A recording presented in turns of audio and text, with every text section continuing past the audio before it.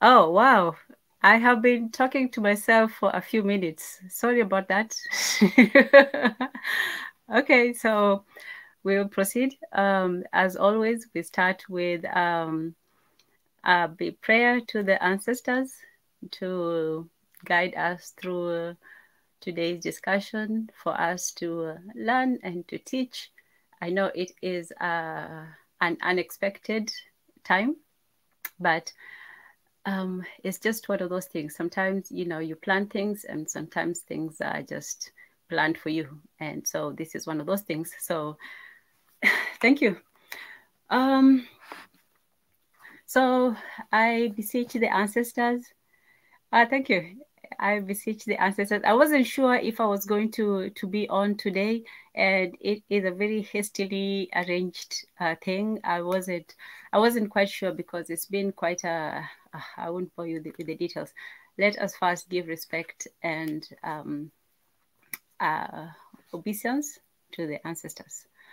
So we beseech the ancestors to guide this hopefully very short session, and we can have guidance, we can have insight, and we can learn and teach, and we may go away from it being slightly better people. So thank you. Um, so I guess to start is, oh, yes, before I forget. So I said it was going to be an announcement of the time. And so I will be having the African Traditions time. That's why this is a random one. It will be an African Traditions program. I know today, Tuesdays, is now going to be the Kiswahili with Paul Justin. And so I will be doing my time on Saturday, East African time at 11 a.m. Again, East African time at 11 a.m.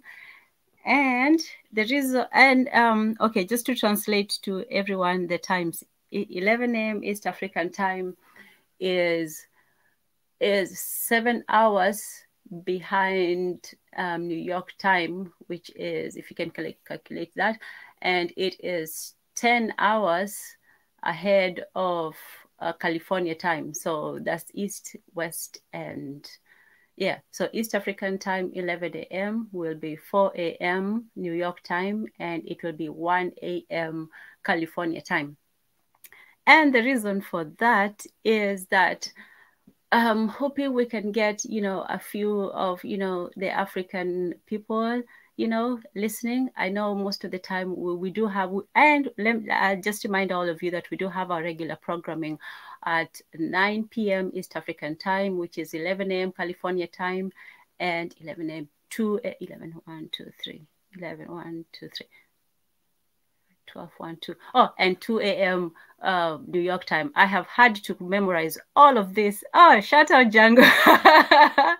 And okay, so because this is random, this is just going to be just one of those yeah, I'm not going to do an excellent job today, so you are just going to have to bear with me today. Sorry. Okay, so main announcement. Thank you. Thank you, Pat. Thank you, Panta Babileke. I appreciate it. You might just be, making me, giving me a nice compliment to make me feel good. But if it's honest, hey, I will take it.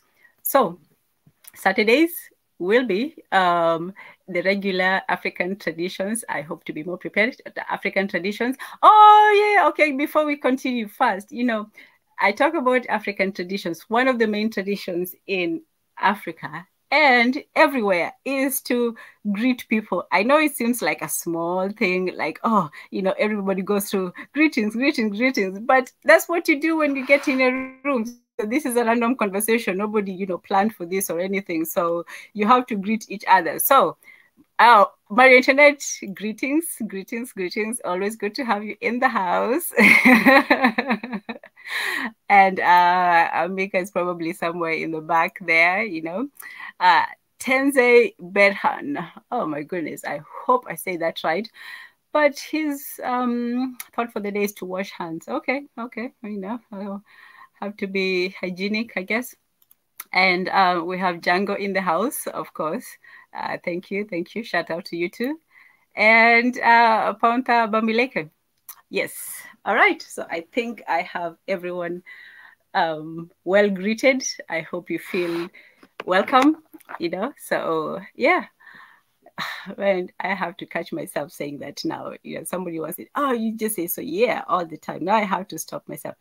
Anyway, so I hope you have noted the times for wherever in the world you are. We can traverse space, but unfortunately, this time thing is still, it's still there. It's still we still have to deal with time, even if we can traverse space.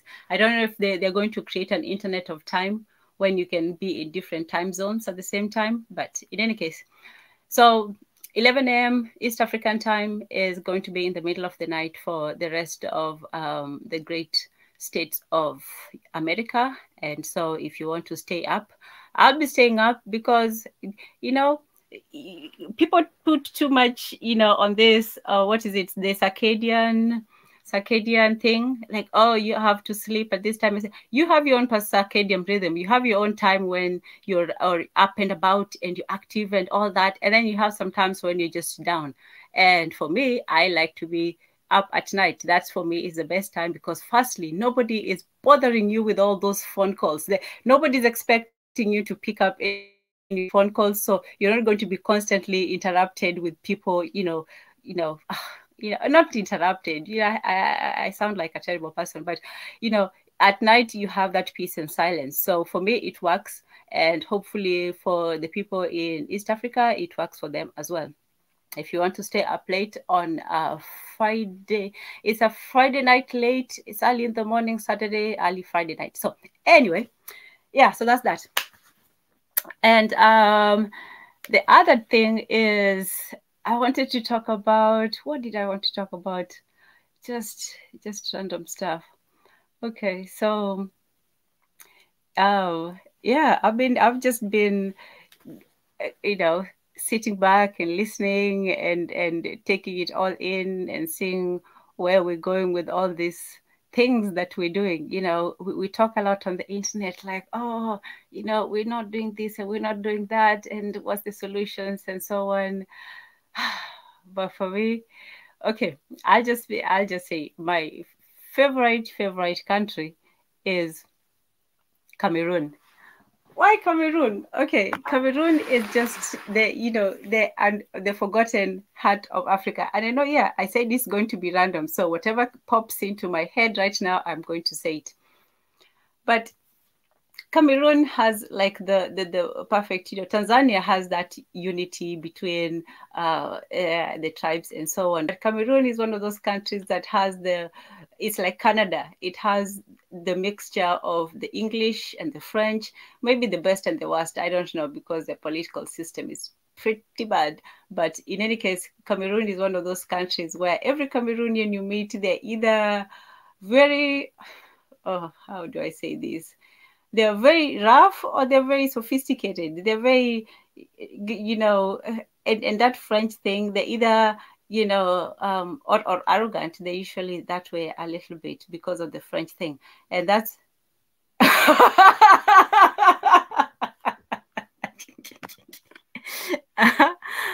Oh, why your home country, Cameroon? Okay. Why your home country, Cameroon? Well, because the first non-Africans that I ever, see, us in East Africa, when we talk about Africans, we always imagine Nigerians, like Nigerians are the super Africans of Africans. Like when we have, I remember they had a function in Kenya a few years ago, they had a function where they were having an African Day. And for us, the African meant, Nigerians coming up and dressing in their garb and so on. Well, Nigerians and Ghanaians, the West Africans are big on that. But Cameroonians are the first ones that I ever met, and they were just fascinating people because, first of all, having Africans that speak French, it is such a jarring thing. Like, you don't know how you always assume that everybody is just like, I know, okay, yeah. You just assume that people are just like you, right? So even when you meet those South American blacks, like, oh, you're really speaking Spanish, like you grew up speaking Spanish. You just want to look at them and just listen, like, whoa, really? Like you look like me, but you're speaking Spanish? What in the hell? So that was my first impression of Cameroonians, and this is why I like America, because you get to meet people from all different, places. In Africa, I think we have this very localized view. I know that when I lived in Kenya, I didn't really have a curiosity about other places. Like, what did they have in Uganda, Tanzania, and all these places that we didn't have in Kenya? Hey, we're the best. Zamani tuliku eti number 4. Sasa abauta ni tuko number 1. That means that before we were number 4, and now we are number 1. So that's what it means. And so we never really had this curiosity about other people, and we didn't really realize the richness of our continent, even being on the continent. That's the I guess the sad thing. That's you have to live in order to appreciate what you had. And for me, every time I go back, I do appreciate appreciate our culture, appreciate our people, the food, the community, all of that. But I also see so much that we haven't really experienced, not in just in the material way, but also in terms of the outlook of the world, seeing how big the world is. Before you travel, you can read about places, you can research, you can do all of that stuff, but when you go somewhere, you really do experience it. You experience the difference, you experience the sameness, and also you experience the nostalgia. When I first came out, to America, the first years was, the process of discovery, new things and all of that stuff. And that was great. And then a few years later is that just wanting that familiarity, wanting people who speak your language, people who know your jokes, people who, you don't have to explain things. They don't have to look at you as a curiosity and so on. There's also that. And then having been away for a long time, when you go back, you also have to realize that you're going back as a stranger, you're going back as a stranger. You're still one of them, but they look at you as somebody who has been away, and you have to really work to get back into the graces of the people. You can't go in with an attitude of either the savior, or the caretaker, or the better than you sort of thing. And also you have to be prepared for the mentality of people who haven't really been exposed to the things that you have. So oh man, I forgot why I said Cameroon. Yeah, oh man, okay. So my first boyfriend was Cameroonian. That's all.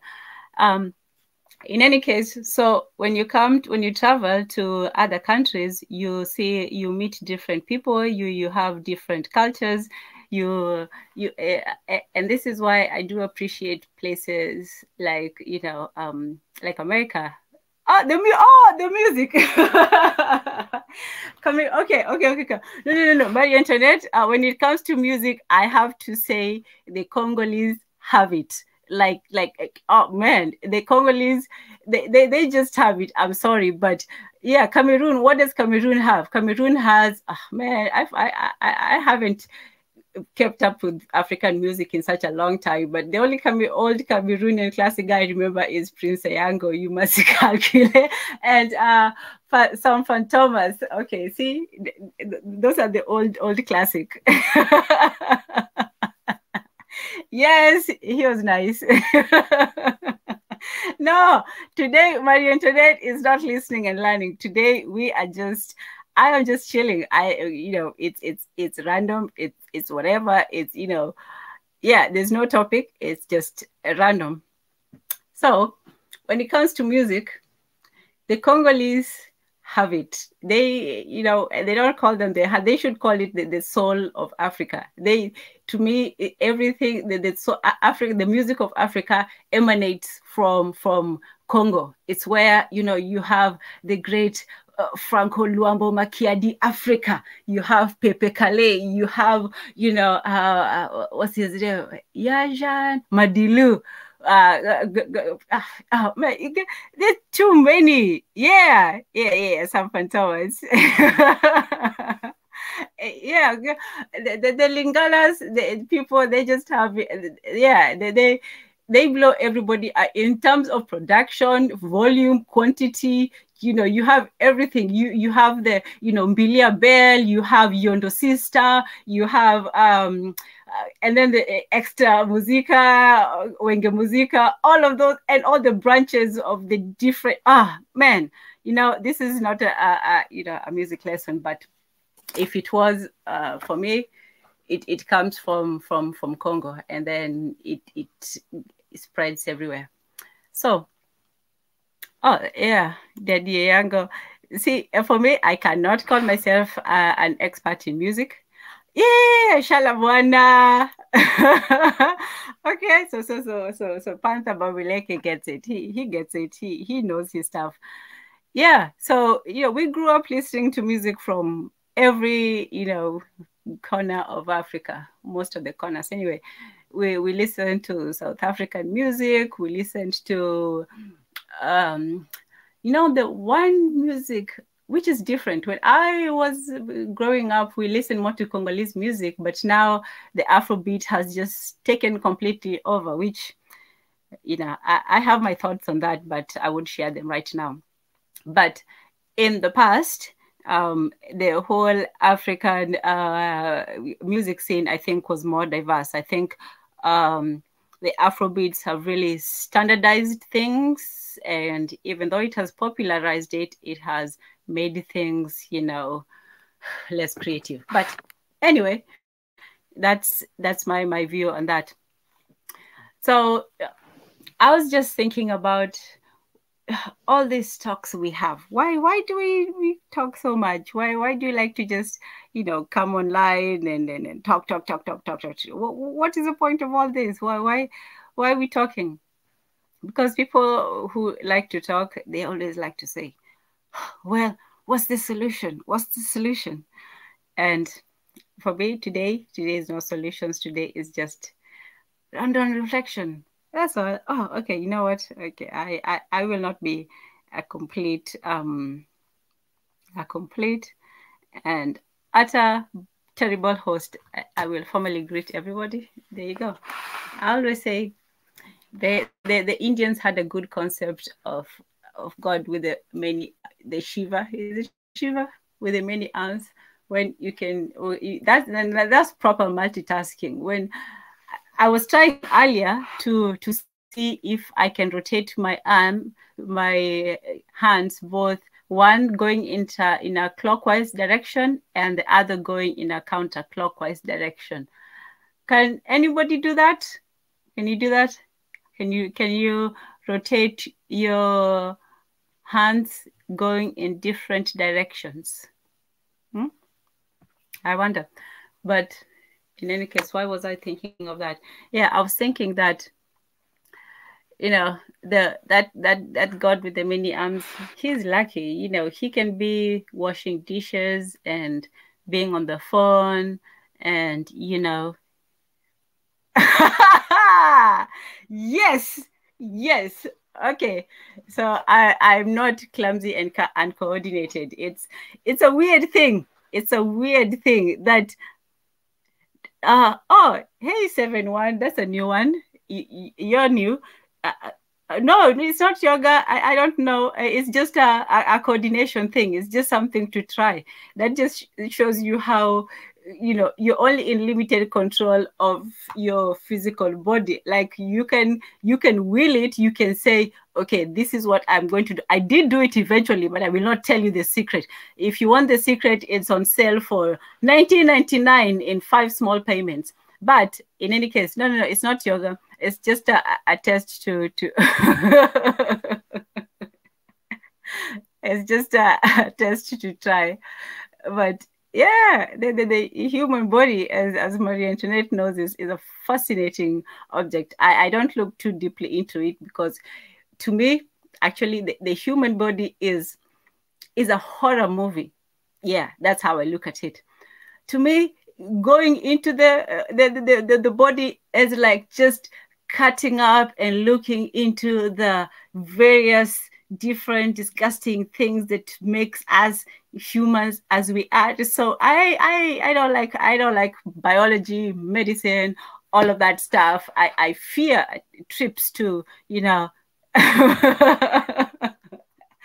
to the establishment, as I call it in my mind.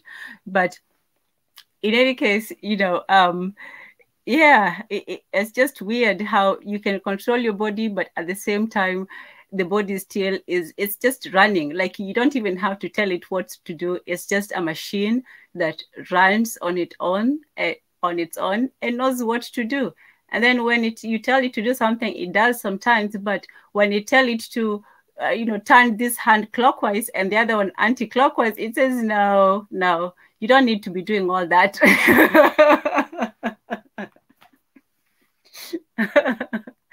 You do not need to be, clockwise, anti-clockwise in your hands. Just have both of your hands go in the same direction and do your work and, do what you need to do. So, yeah. Okay. So is that enough rumbling for you? Is that enough rumbling for you? You don't have control of your body, and you will have even less control of it.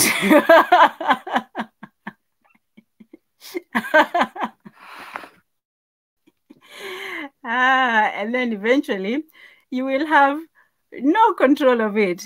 Okay, yeah. That's the whole lesson to learn about this, that you are helpless, you are going to die, and you better make peace with whatever you need to make peace with, or whoever. I don't know. Yeah, so yeah, so peace. Do I need to talk about ancient Egypt? Oh no, I can't. I don't know anything about ancient Egypt. Maybe you need to talk about it. I'm sure there are people who are experts. This is random reflections, if I have to put it in the best way possible, and just babbling for the sake of babbling. If I, need to be more humble or just self-deprecating. So yeah, we're just talking about nonsense. Sometimes people are so serious. Like I know that we should be serious. I absolutely know we should be serious. We're not in what turbulent times. We're facing, apocalypse, catastrophe. What is another big word? What is it? It starts with a pre. Premonitions, predestinations, all of that. Yeah. So this is the chill zone, as I have learned from Black Americans, that sometimes you just have to chill. Sometimes you just have to hey, yeah, no, pro Black. Only you don't need a shower. You just need to listen in. Look, there are people who have to deal with these things.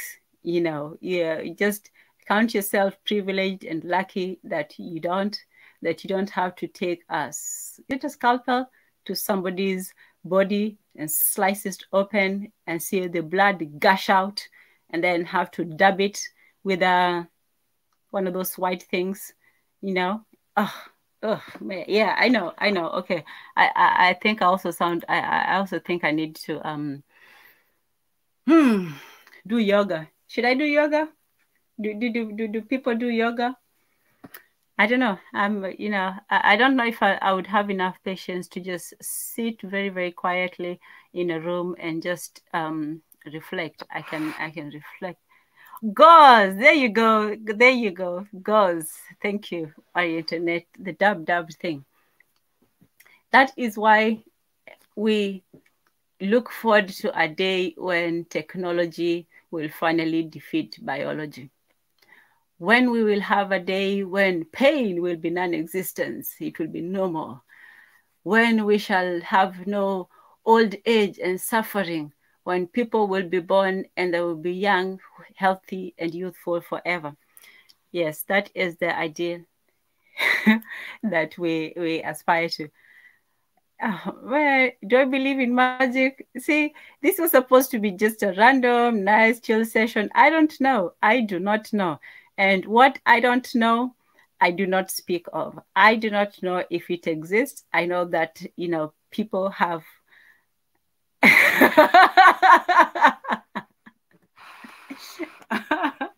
Look, I'm not even going to address that. I'm just going to ignore it and move on.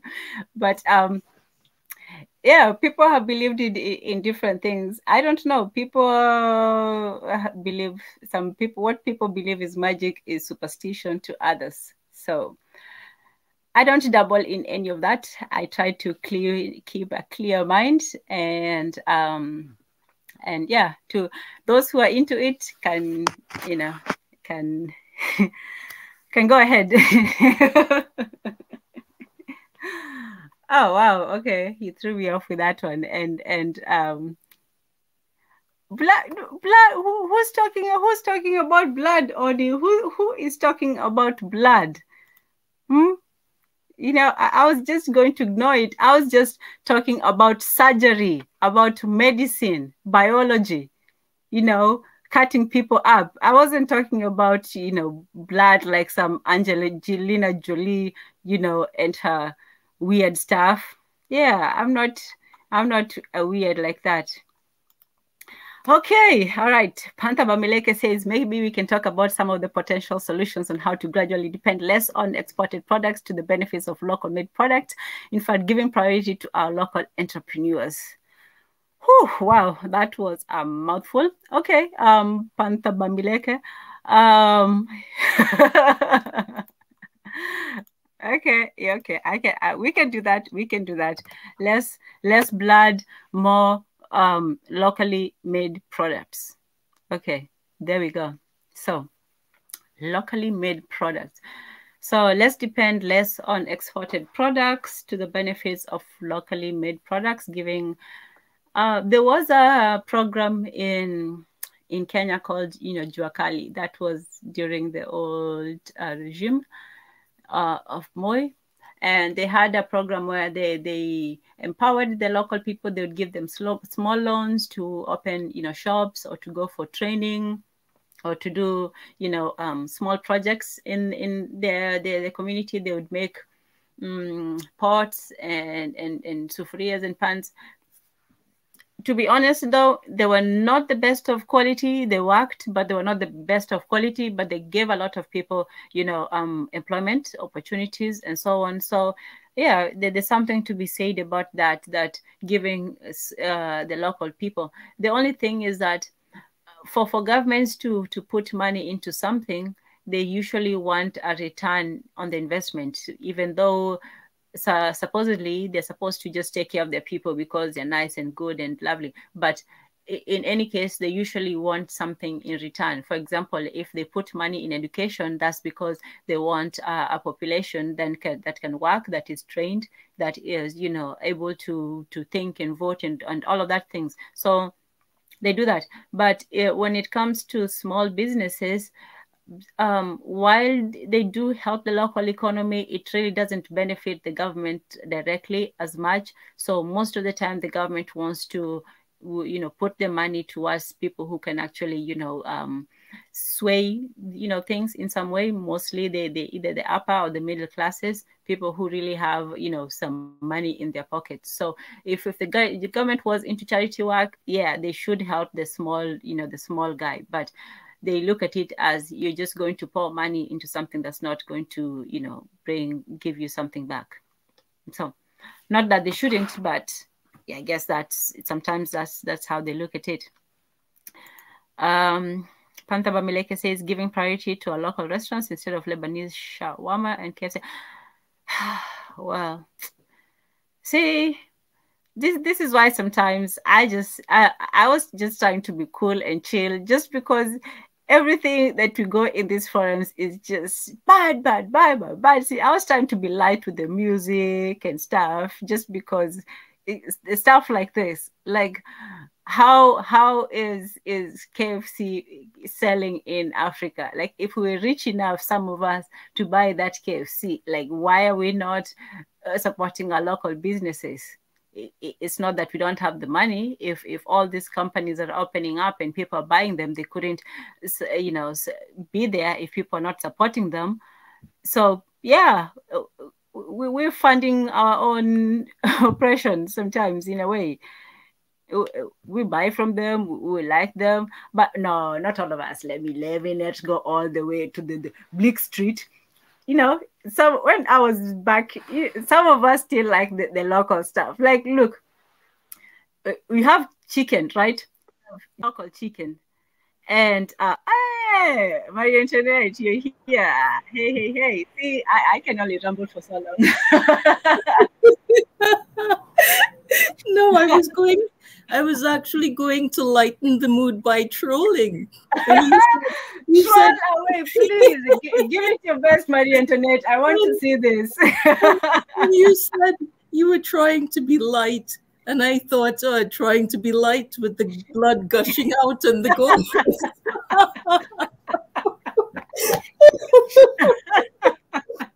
This is light time.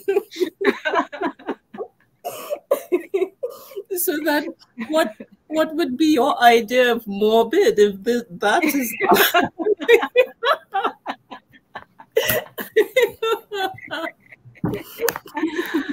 perfect trolling? I give you an A+ in trollology.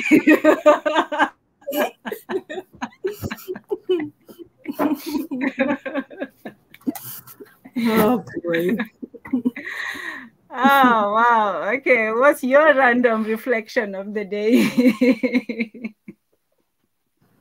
Well, what can I say? Yesterday we celebrated in Trinidad and Tobago Emancipation Day. Yay. Which was, just commemorating freedom from slavery. Okay. Other than that, what else is taking place? How did you celebrate? Me, I just listened to a lot of music, and I read a lot of politics. Not a lot. A lot of politics. Will defense. Yeah. Oh, wow. Okay. Yeah, okay. Well, at least you're balancing it. Yeah, I was emancipating my mind. Yes. That's what I did. Mm-hmm. So a bit of music to lighten it, and a lot of politics to, what is the opposite of light? Levitate, gravitate. Yeah. Yeah, there you go. Yeah. Okay. Music from all over the continent. Yeah. Oh, okay. Okay. Name a few on your playlist. Well, I'm obsessed with the Koro. Yes. So, yeah, Tumani Diabate, Balake Sissoko. There's another one besides Tumani Diabate. His son, Siddiqui Diabate, and also a few singers, Fatumata Diawara. Who else I listened to? So do you dance when you listen? I'm not much of a dancer, but maybe a little. Oh, Rahel Gatu from Ethiopia. Who else? There's a new one I discovered yesterday from a group called Hawa Ya Fulani. If I'm not mistaken, they are from Nigeria, I think. Okay. Yeah, there's a popular song, Hawa Ya Fulani. There's a popular song, Wawa Pulo. Yeah, that's I what it must confess my utter and complete ignorance of all of that. Yeah, somebody might know better, but do they sing in French or in English? honestly, I don't know what language. What do they speak? I don't know. There's another one, Mariama Kuyate. Mm-hmm. And who else? Yeah. Are there places where they play that kind of music? Um, Well, nowadays, you never know because of all not this. that I know of. I'm just a full-fledged student of the University of YouTube. That's what I am. I hope you have good headphones. Yeah, so I was just, and the reason why I just decided, I have, why I was just thinking, just going random, like, you know what, today I'm just going to give it to the ancestors to put whatever they want to put, because I have nothing to say. Everything, it seems to me, has been said by better minds and people who have gone into details and research both in the past and in the present. Like I was going to say, oh, all this talking, what are we going to do? But we know it's just what is stopping us from doing things. So I was like, man, I can't, I don't know. I don't know what to say, what to do. So I'm just going to take a break and just, chill for once. And just have a random conversation. So I let you go. Okay, so you mean ideas on what we should do? But just talk about whatever. Today, it's like this. And the reason why I was thinking about it is, for us Africans, we have a very lax relationship with time. And I know for me, I have had to, straighten myself up time-wise when I came here. But I remember that, nowadays it's changing though. When you go to Kenya, especially for business and important things, when it comes to money, oh, Kenyans are not playing with their time. They are very punctual, which surprised me. But when I was growing up, people were very lax. I agreed to meet somebody at, let's say, 11 o'clock. The first person is going to come at 1 o'clock. The next person is going to come probably at 3. And it was just a very, very, let me not cast judgments, but it's very, casual relationship with it. But at the same time, when it comes to social relations, I see that people are still that way. When you agree to meet, if you're a meeting for business or for something that involves, serious stuff, then people will be punctual. But when it comes to social things, even when I went back, you tell somebody, let's meet here at 3 o'clock. We're just going for an event, and people will not show up until an hour, 2 hours later, and they don't really seem to see that it's a bad thing. Like, well, you were just there. What's the big deal, and so on. So that's why sometimes. But the other aspect of it, which is good, is people used to just show up. Nowadays, obviously, it's different. Just you should show up at people's houses. And for me, that's what a conversation is. You just show up and you talk, and whatever comes up is what you talk about. Like when you go to dinner with friends and family, you don't really plan what you're going to talk about, but people still just can talk. So yeah, that's African time. But yeah, go ahead, my internet. Whatever is on your mind, serious or light. Okay. I am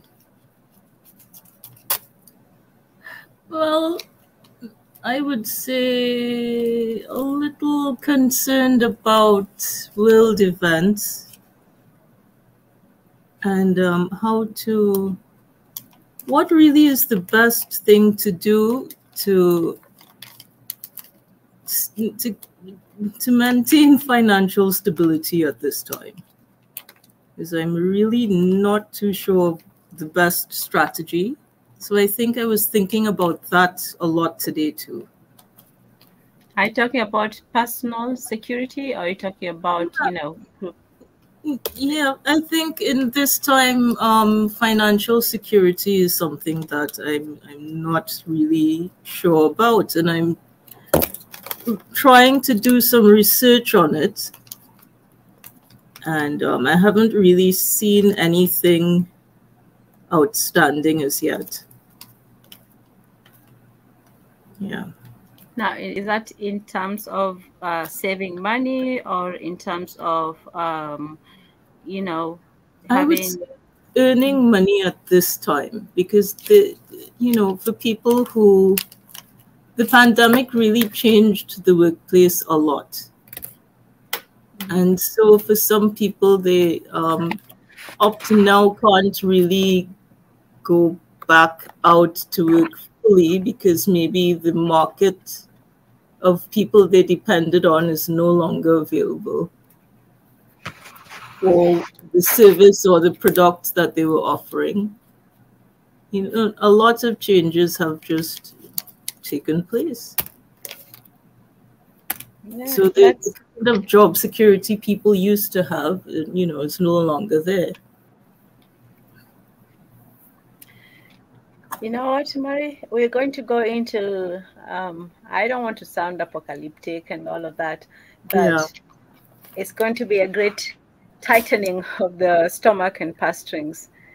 yeah, There's a lot of humans. It's not that we go through the same cycle, because if we did, we would know. It's just we come at the end of cycles, and we don't learn from our mistakes, and we don't learn. It's not that we don't learn from our mistakes, we don't learn from the people who preceded us mistakes. Let's say, with here in America, when they had the depression, and then those people learned how to, survive in difficult times, and then they had a war, and then they learned to, survive in war times, and then they had a boom, and then the boom people became content, and they became, lazy and so on, and then people forgot what it is that the people fought for, and then they lose that. So even for us, we haven't really experienced that difficulty, that the tragedy of humanity. I'm not just talking about, when we suffer as a people. For us, we have continuously from the very beginning, bore the burden of, pain and humiliation and all this. So we're sort of used to it. What we're not used to is the rest of the world going through it. And then when that happens, they they will turn on the people that they feel that are used to that sort of thing. You understand what I'm saying? mm-hmm. I Yeah. agree. So, our resilience sometimes is also a target, because let's say, the world runs out of oil, for example. Who are the first people they're going to, pull, or, put that pressure on? Or who are the people who are going to, have to give up theirs first for the cheapest, things like Yeah. that. So it's just that, so that's why. And I wasn't trying to be facetious by saying, oh, let's lighten things up. It's just Mm-hmm. that sometimes I see almost the enormity of the situation, and while I don't want to sound, alarmist or defeatist or all this, it's just that, how are we still just not looking at that, coming storm? How are we going to manage it? And it's not like even in a group unified sort of way. It's, for me, it's, that's why sometimes I want to make everything personal. Like when we're talking about last week with accountability, we can talk in abstract terms of what we need to do as a people and so on, but when things come to it, it's really the personal aspect of it. It's not what are we going to do as a people, is what am I going to do? Holy hell, what am I going to do? That's the horror movie. A horror movie is not, when you look at horror movies, it's not shot from the perspective of, the mass or the crowd, except, maybe Cloverhill or something. But even then, it has to humanize the character. It's only horrific if it's happening to a human. There is no mass horror. So if we're looking at this, when you talked about financial security is about personal financial security. Where are we all going to be a year from now? Where are we going to be 5 years from now? You know, how much do you have in your account? How much food do you have in your fridge? You know, that sort of thing.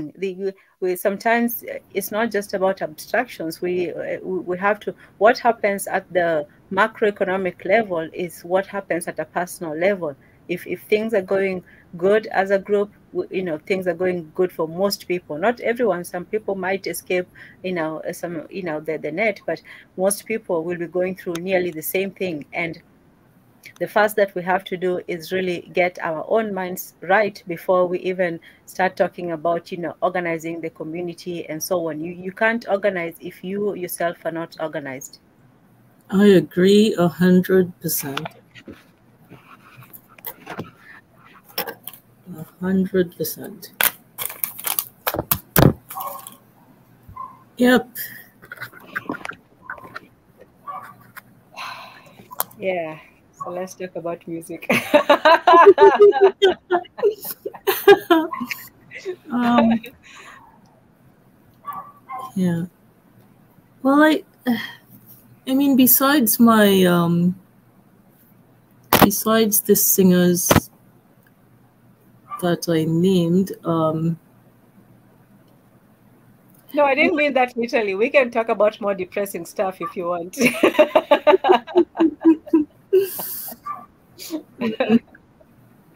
Well, you brought it up, so hey, but go ahead. um, but what did you have in mind for today? I suppose just. No, for today was just to tell everyone the new time, which is once again Saturday at 11 a.m. East African time, or 1 a.m. in the middle of the night in California, or 4 p.m., 4 a.m. in New York time. That was all it was. I wasn't going to have like a long one because I know that the regular time is usually at earlier on at 11 Yeah. a.m. African time. I have quickly learned how to, you know, quickly convert, you know, the times now in my mind. I know that is +3 for New York, +10 for East Africa, Mm-hmm. +7 for West Africa, and a bunch of, yeah, those are the only ones I remember. But yeah, that was really it. I wasn't planning on having a regular long one. It's been just one of those days when I had a lot going and I didn't manage to finish half of them. So now I have to, you know, push things back. But Mm-hmm. yeah, but it's okay. Sometimes it's good. One of the reasons why I was asking, why do we even come here? And the reason for that is this, simply because it's good to be with our people. It's just good to hear your voice on the internet. It's good to read the comments. It's good to be with people because, you know, we forget that you can use technology to still become more African, which means, you know, just having a community, having a conversation, talking, being heated, arguing, disagreeing. That's such an African thing to do. We always had these communal places, you know, where dances and even the women had their time, the men had their time. There was community time for everybody, and Mm-hmm. even though we live in a world that is, you know, it's alien, it's hostile, it's strange, it's all this, I think keeping up with some of those things also helps us to ground ourselves and helps us to, you know, to almost survive. Because unfortunately there was a time when we didn't have to do this. We had a community around everybody. Children were not orphans, they were taken in. You know, women were not widows, they were still part of the community. You know, men were not, you know, useless or you know, what do they call them, cookies or expendable. So for me, when I hear that, it's just saying that somebody is expendable. Like your life has no value. Like you're just a walking thing. You're just taking up air. Your human life has no worth. So we have Mm-hmm. really devalued life, communication, you know, conversation, all of that, and we're paying the price for it. We're paying the price in the amount of even when you look at the drugs people are taking. Some people, yes, they're taking it for physical pain, but a lot of people are taking it for that mental and emotional and social pain. People don't talk about social pain, the pain of not being belonging to a group of being alienated, you know, without identity. We're roaming, we're nomads, but we're also hermits at the same time. We're lost, but we're also in a crowd, you know. I agree. I think there is also the pain of not being taken seriously, which for me is a type of what should I say? The certain types of pain are validated and others are not.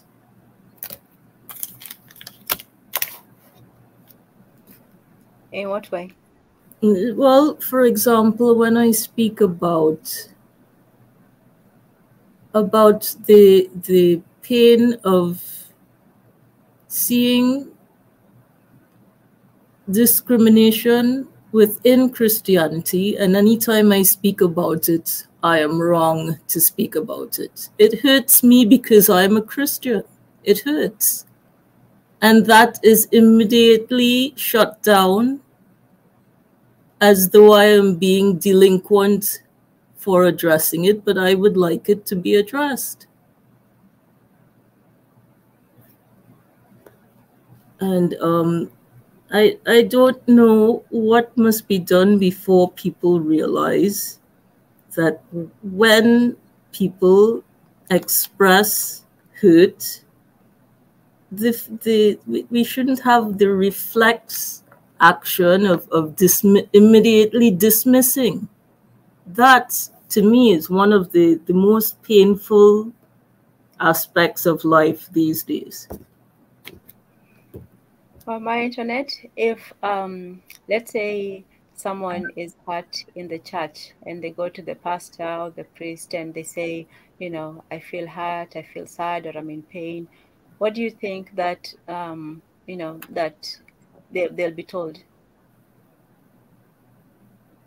Don't think about that. Don't worry with that. Just focus on your salvation. End of story.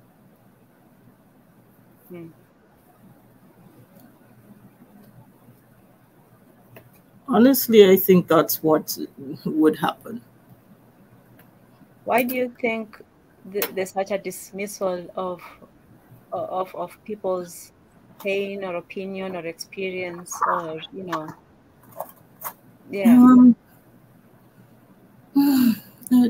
there's a subordination of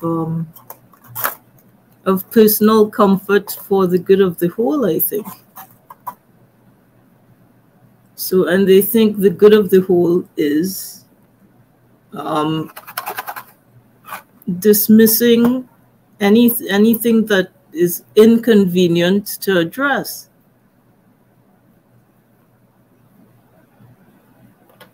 But don't you think that, let's say you have a problem in your let's say you're running an organization and somebody comes to you with a problem, especially if it's a pervasive problem, or somebody, isn't it in the best interest of the everybody to address it so it doesn't become a bigger issue, even if it's not to open it up and make it everyone, but making one person feel dissatisfied, and they're afraid of everybody feeling that dissatisfaction, and maybe they turning away from it. I think they always believe that this can be contained, so it will not become a bigger problem if they suppress it. They don't think it's something that will be eventually become uncontrollable. They just think the way to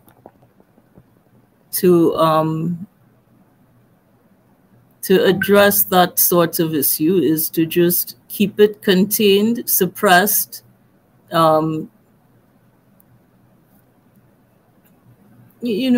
Discussion is just not to be entertained at all. And anyone who persists is a traitor.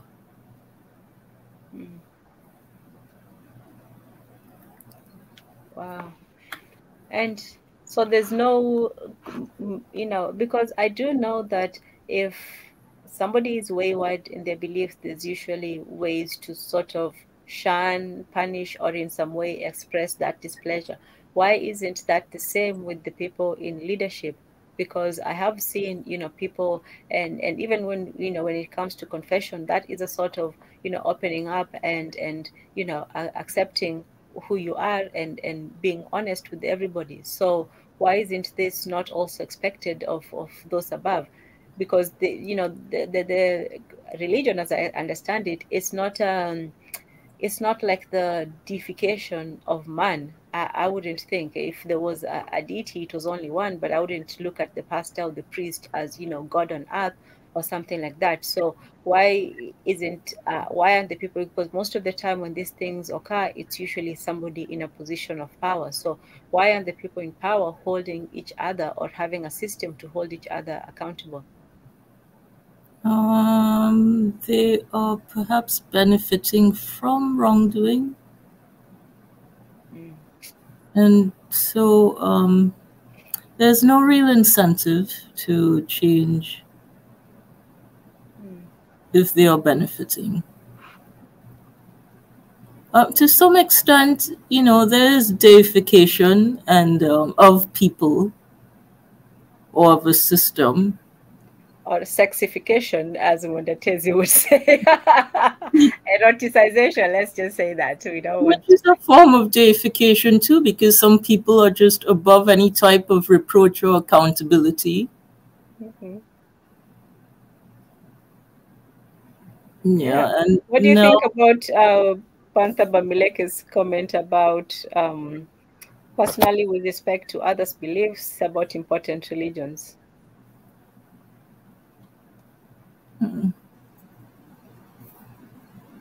um,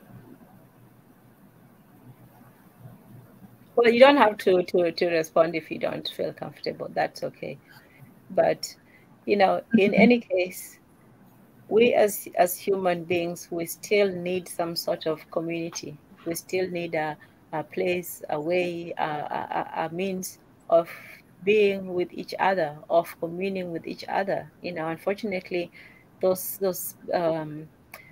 places have been taken from us, or we have just neglected to continue communing with each other in a way, congregating. So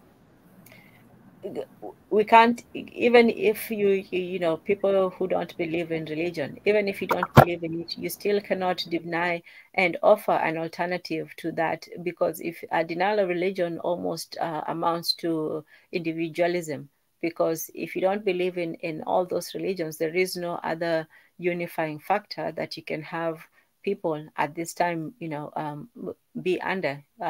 What are you going to have Africans unite under? Are we going to have a black church, a Pan-African, mosque, what, a melanated temple,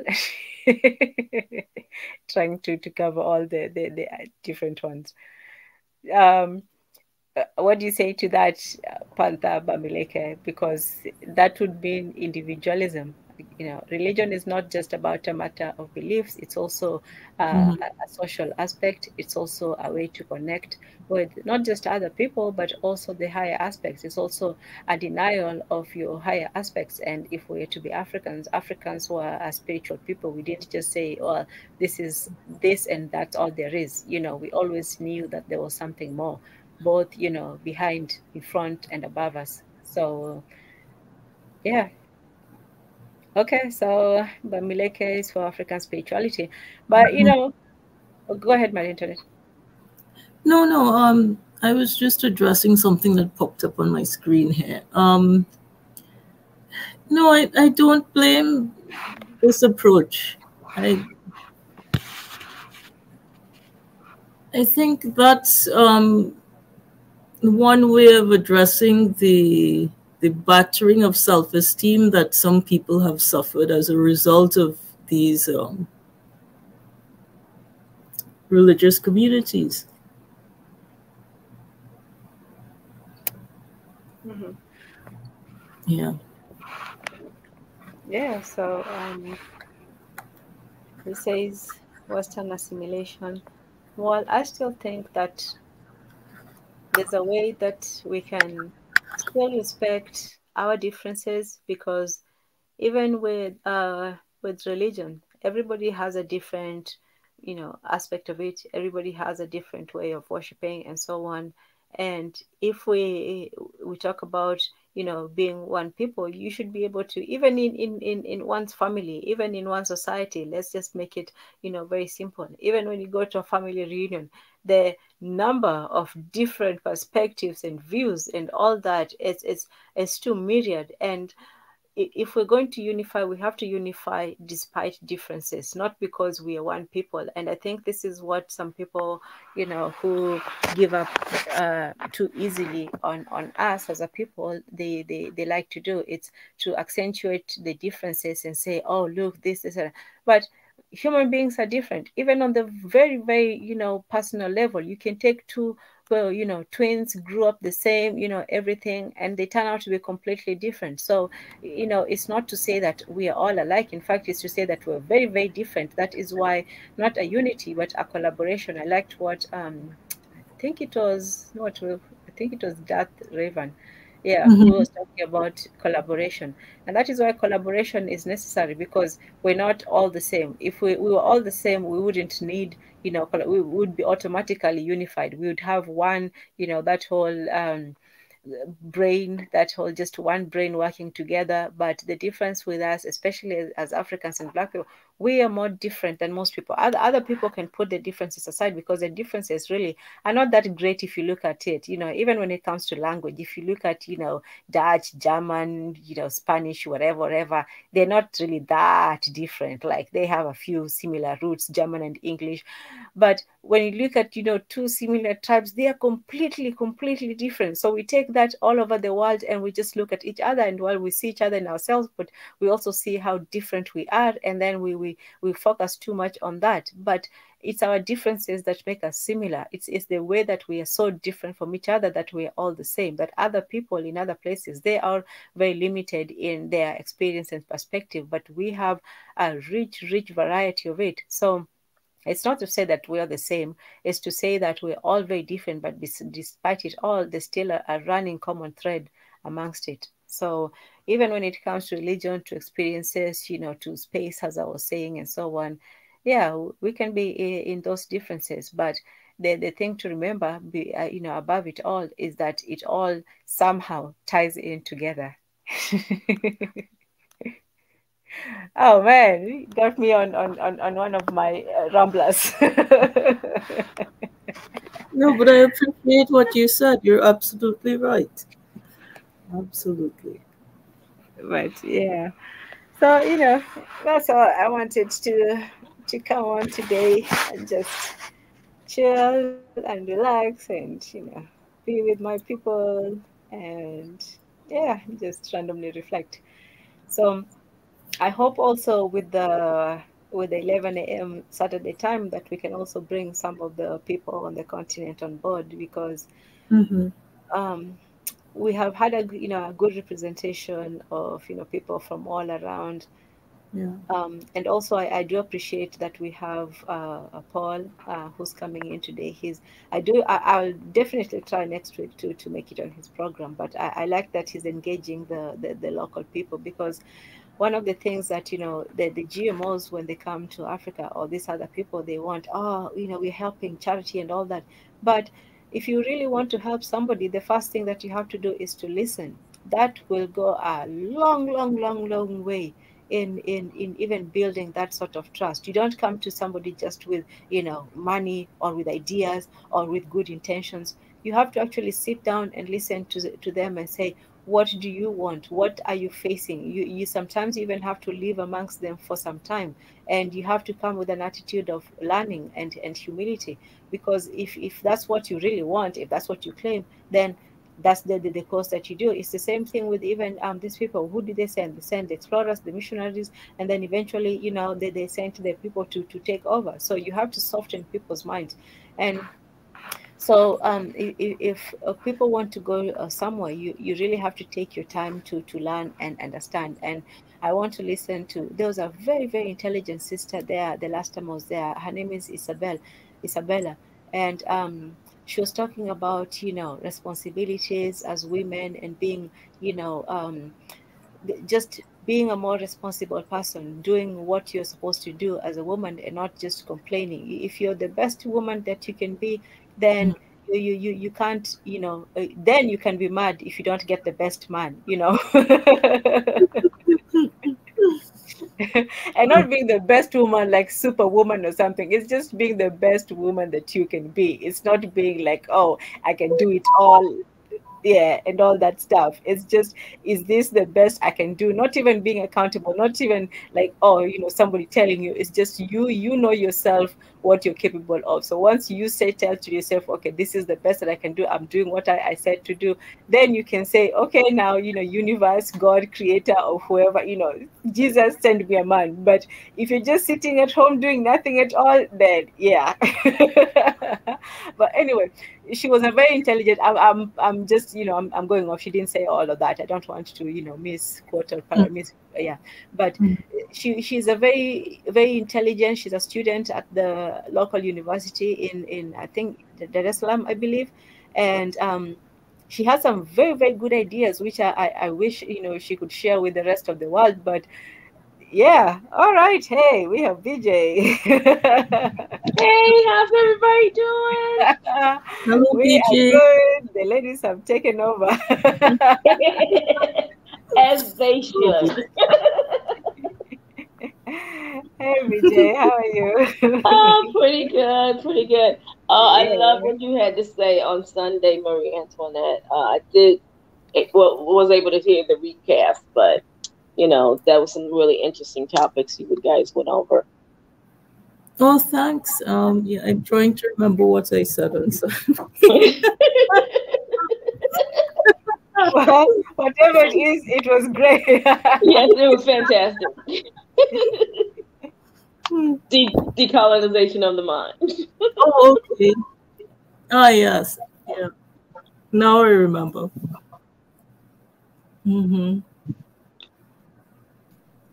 Yeah, BJ, it's on you. You came in all, yeah, you entered the room. Look at me. Huh? I said, it is on you. You came all looking at me, so now we're looking at you. Yeah, but I don't even know what the topic is about. I just came in the house. Yeah, I like it today. You know why? Because there is no topic. Today we are just talking. So oh, okay, yeah. okay. This is my version of being, how extra lazy I am. I'm not like the well put together people. They put presentations and music and introductions and all that stuff. Very fancy, very nice. Me, usually I Get do straight make to the point. Yep. No, not to the point. You're making it sound good. Yeah.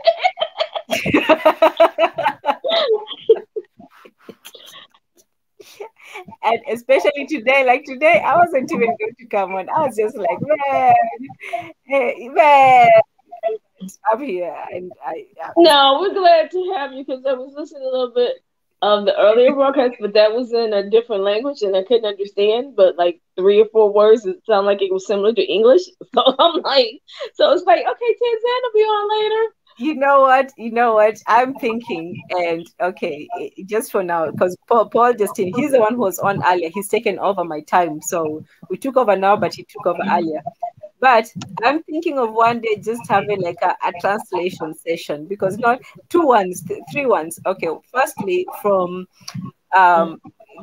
because let me tell you this. You think that you have a problem.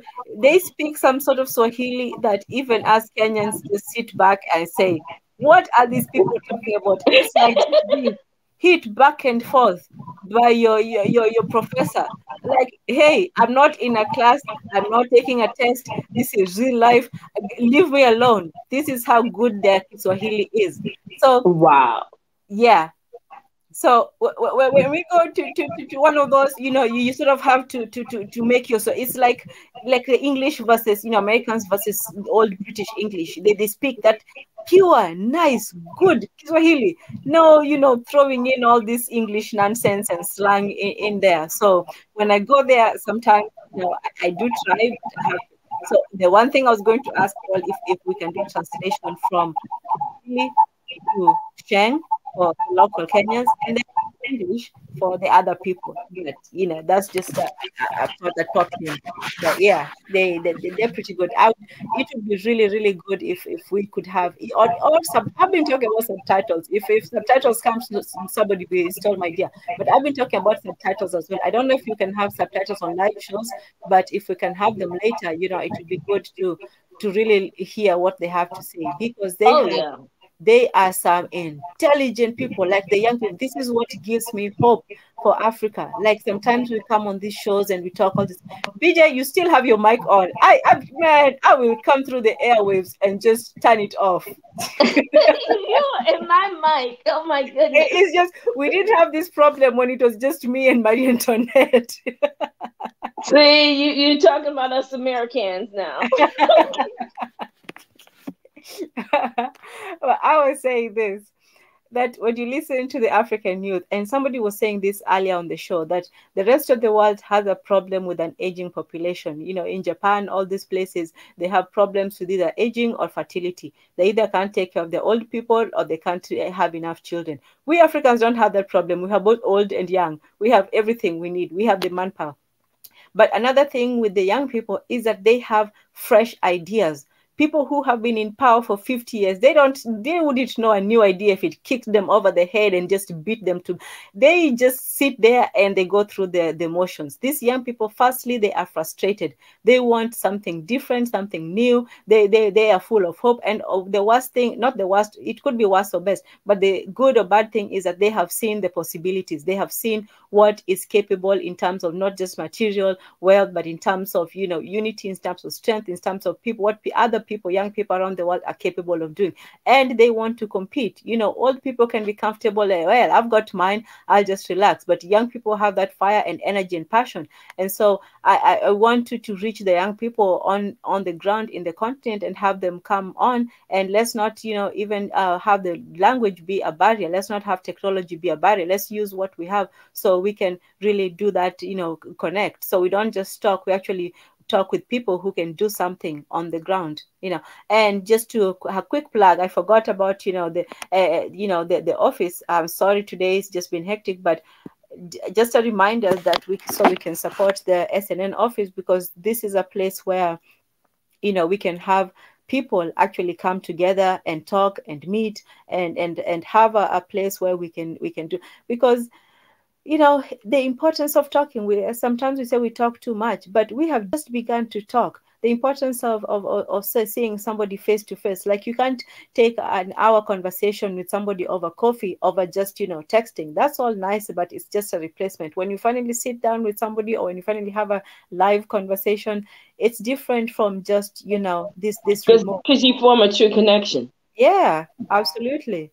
Yeah. So we want places, and even in the community right now, we almost using this as a proxy for what we really should have as a people, a place where we can go and meet and talk and dance and joke and all that stuff. We are people who like to meet. In many African societies, there's always like this, either there are big tree with just like leaves that expand and just give this big shade, or they meet under a mountain or under specific very sacred place, and they just meet there to talk. They just meet there to hang out, to joke, to chill, all that. Let's not let modernity just make us into pure robotic creatures. So I'm just saying, I'm glad you're all here. So Vijay. Well, we're glad that you are here for us. I mean, you're absolutely right. I mean, technology has brought us closer, but yet further away from each other.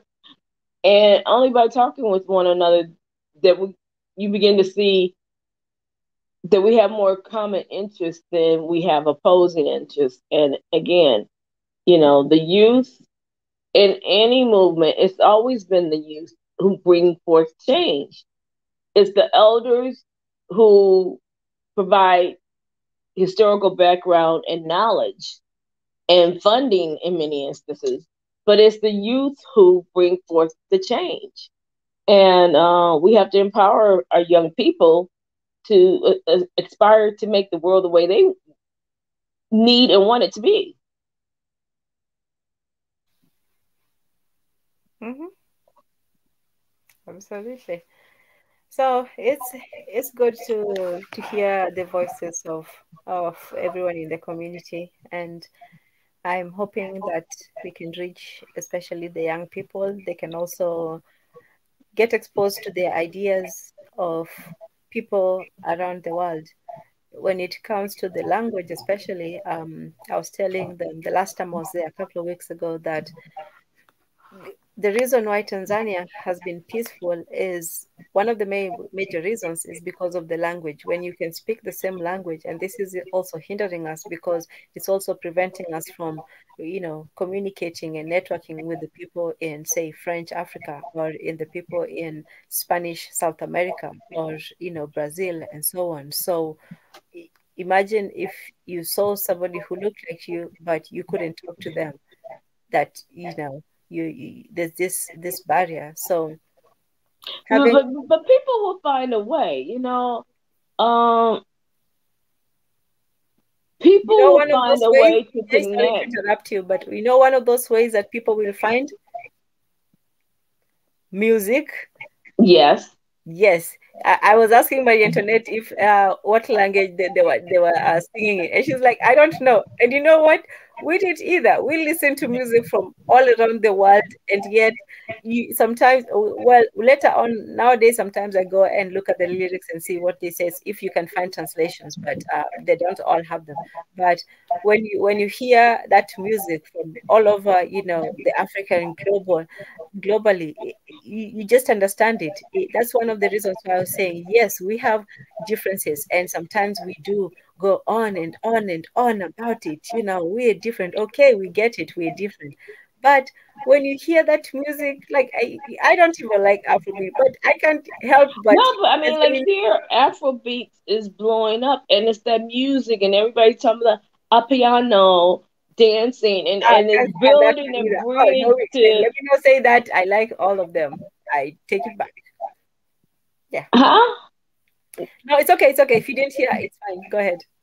Oh, okay. No, but I'm saying that's getting a lot of our young people interested. Okay, what is Afrobeat? I mean, because again, same thing back in the day with salsa, same thing with calypso. The music brings you to a culture, and then we eventually try to find out more about the people and what they're doing and what they're interested.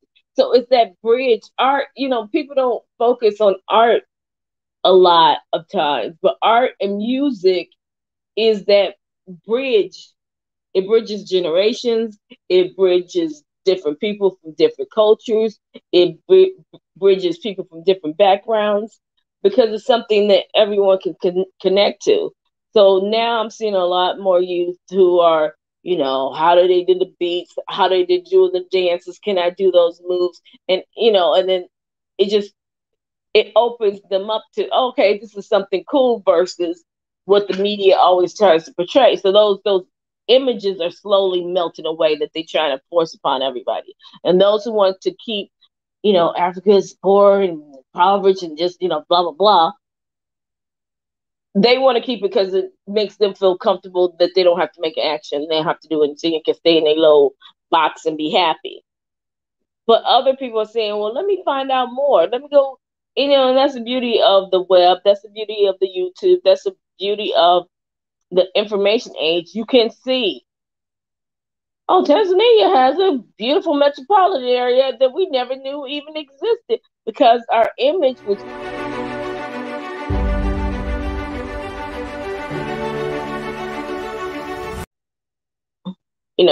oh, was I on mute? Oops, sorry.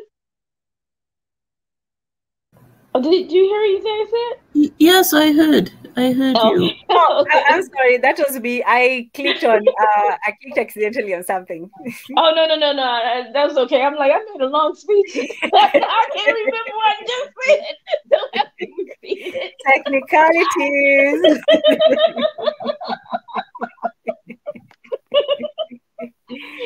Apologies. Go ahead. No. You good. It's just like, okay. I just like, oh wow, I've been rambling. No, Now, what did I just No, say about that wasn't your playing out music. You know, like they do in Hollywood. exactly commercial break?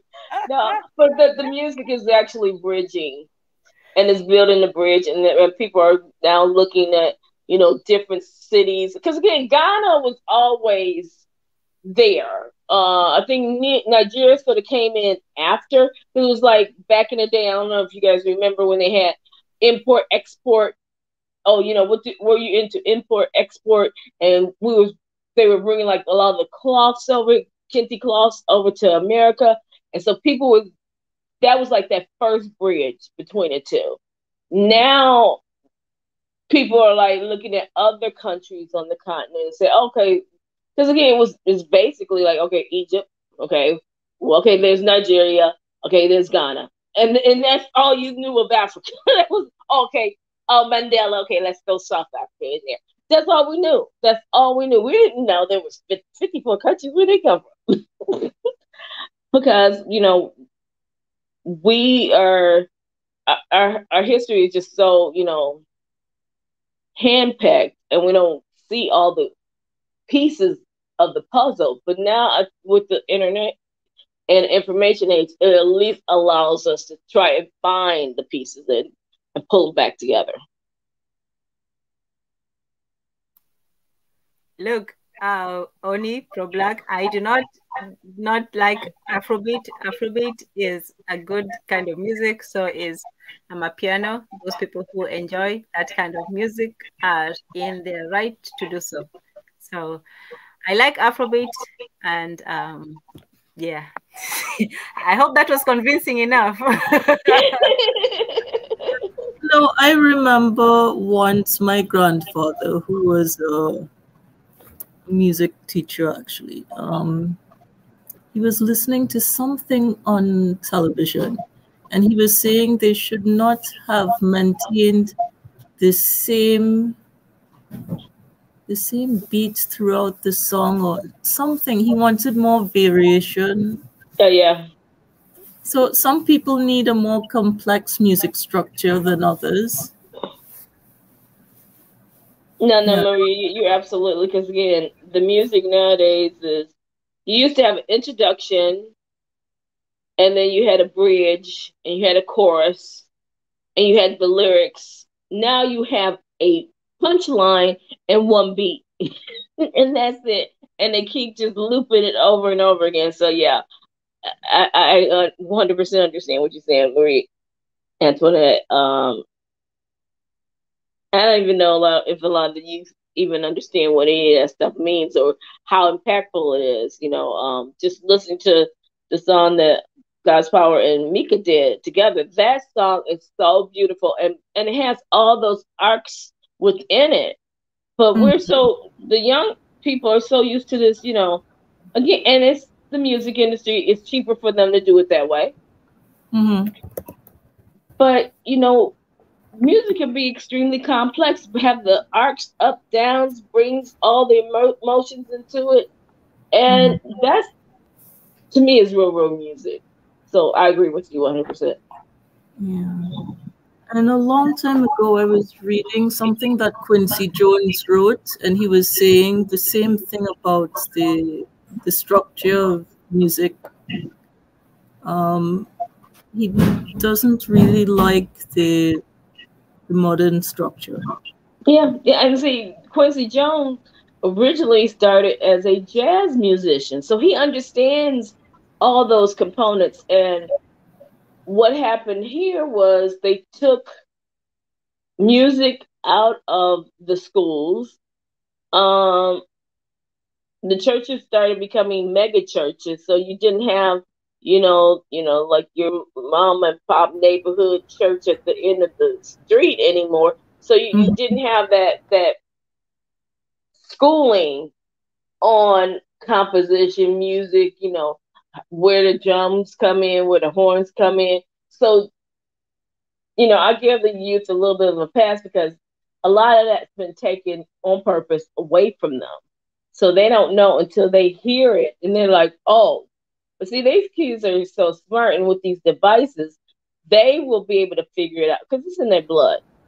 But They just need to be exposed to more and more and then taught what these things are. Mm-hmm. Or taught less. It's interesting that they took music out of schools, though. Um, they took the trades out. They took the music out. They took the art out, and those were like things that we gravitated towards. So whenever we're gravitated towards anything, they want to take it away. I mean, I didn't understand what was going on when I was younger. We had like the PAL League, and a lot of the guys would play baseball and everything like that, and they would get good, get a scholarship to college playing baseball, and all of a sudden a friend of mine, like, oh, well, they discontinued the scholarship. So my other friend, he went off to another school, but I didn't want to go. And I didn't know then what that all meant. Well, they had already started planning on getting their players from Central America, from Cuba, and from like Mexico, all those. So they are already designed that to happen. So what they do is snatch things away Mm-hmm. to eliminate that whole group from coming through, and then they pivot in a different direction. So About now the you got most. direction, did they replace those programs with other ones? Because I know that starting from around 2000, 2010, there was a great, push for STEM and so on. So did they replace the arts and crafts and so on with the STEM programs? See, the thing with the STEM was always sort of there because people went to school for engineering forever. Computer science came through. Um, but see, STEM is like for us nerdy nerds. Artsy crafty people ain't trying to sit there and learn calculus. They ain't got time for that. So the group that it was designed for was the group that was always there. So they just gave a light to those who were into the sciences and the engineering and the computers and all that other stuff.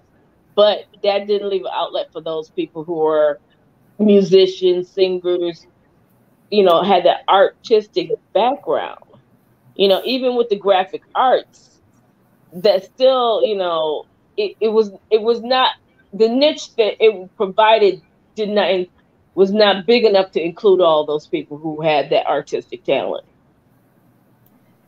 Yes, So but they don't so you they think that maybe we have been focusing on the artistic talent too much that we Too should have? much. I agree.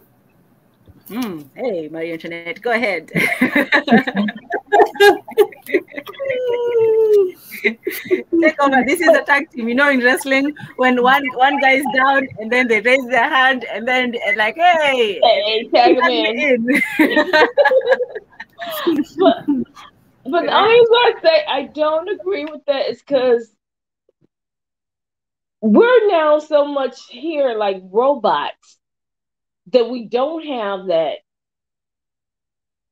feel for the music. I mean, because really, like they said, everything right now is on the 808 beat, and it's a whole nother conversation to go down that road on how this music is being made. So music, like music can tame the savage beast. The music they're playing now cannot tame nothing but craziness. So without that artistic outlet, we're like robots. We go to work, look at a machine, go to home, look at a machine, go to sleep, dream about a machine. And, a lot of our time back in the day, you used to work at 9 to 5, 5 o'clock, I'm out of here. I'm going to go do what I have to do. Now it's no 9 to 5 because you may be doing a 9 to midnight or 9 to 6 o'clock in the morning because your sense of time is so thrown off because you need to take care of all these things. So you're more dedicated to your job than a life outside of yourself. So with me, the arts is important because it gives an outlet. And what we have here in America is people don't have an outlet. And it's almost like people are just holding on to so much frustration because I went somewhere today and the person was just talking and she's like, oh, things are just so crazy. I'm like, and I didn't understand what was going on because I'm like, well, no, yeah, well, people are getting because there's so much stuff going on in America. And I'm like, I felt really bad because it's like, you're right. People are just popping off at the smallest of things and ready to shoot somebody over you stepped on my shoes sort of situation. And I think because no one has an outlet, no one knows how to release all that stress, frustration, tension. And what art does, it gives you an outlet.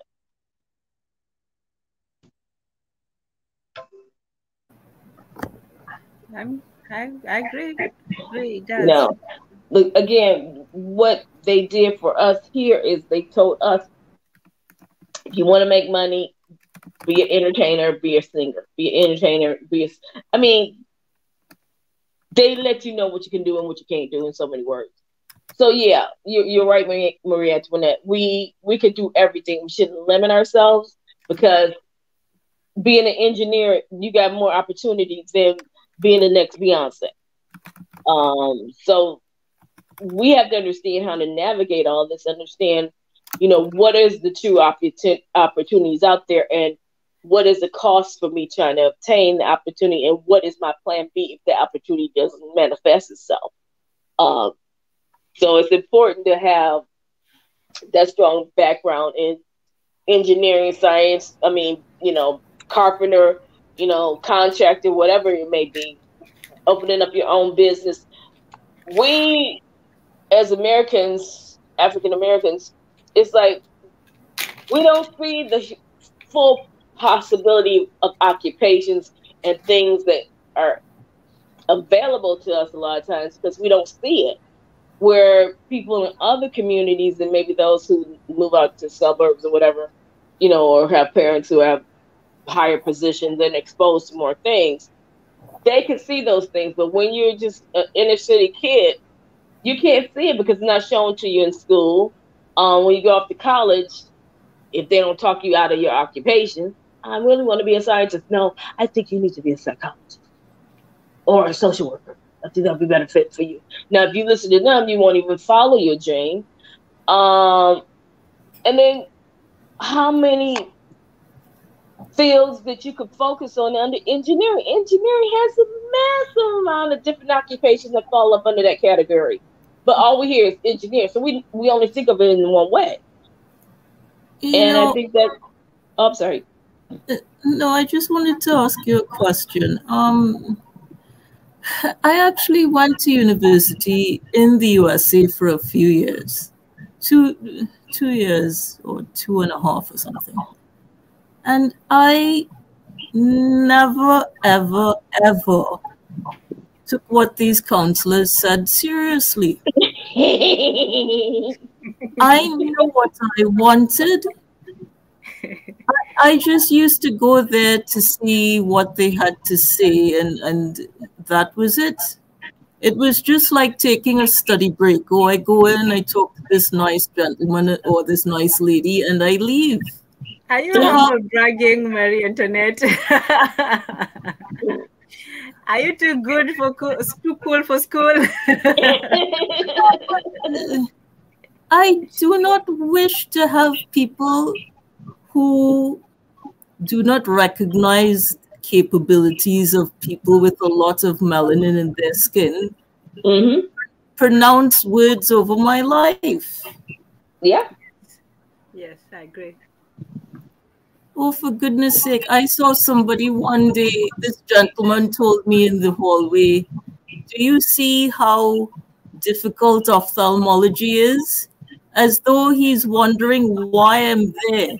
He doesn't know that I have had 3 whole years of experience in ophthalmology. And he's telling me this as though, like, are you sure you can do this? Are you nuts? Oh, yeah. Yeah, same thing happened to me. And I just look at him and say, well, if I can't do it, I'll figure it out when I get there. But until then, I'm staying on this path.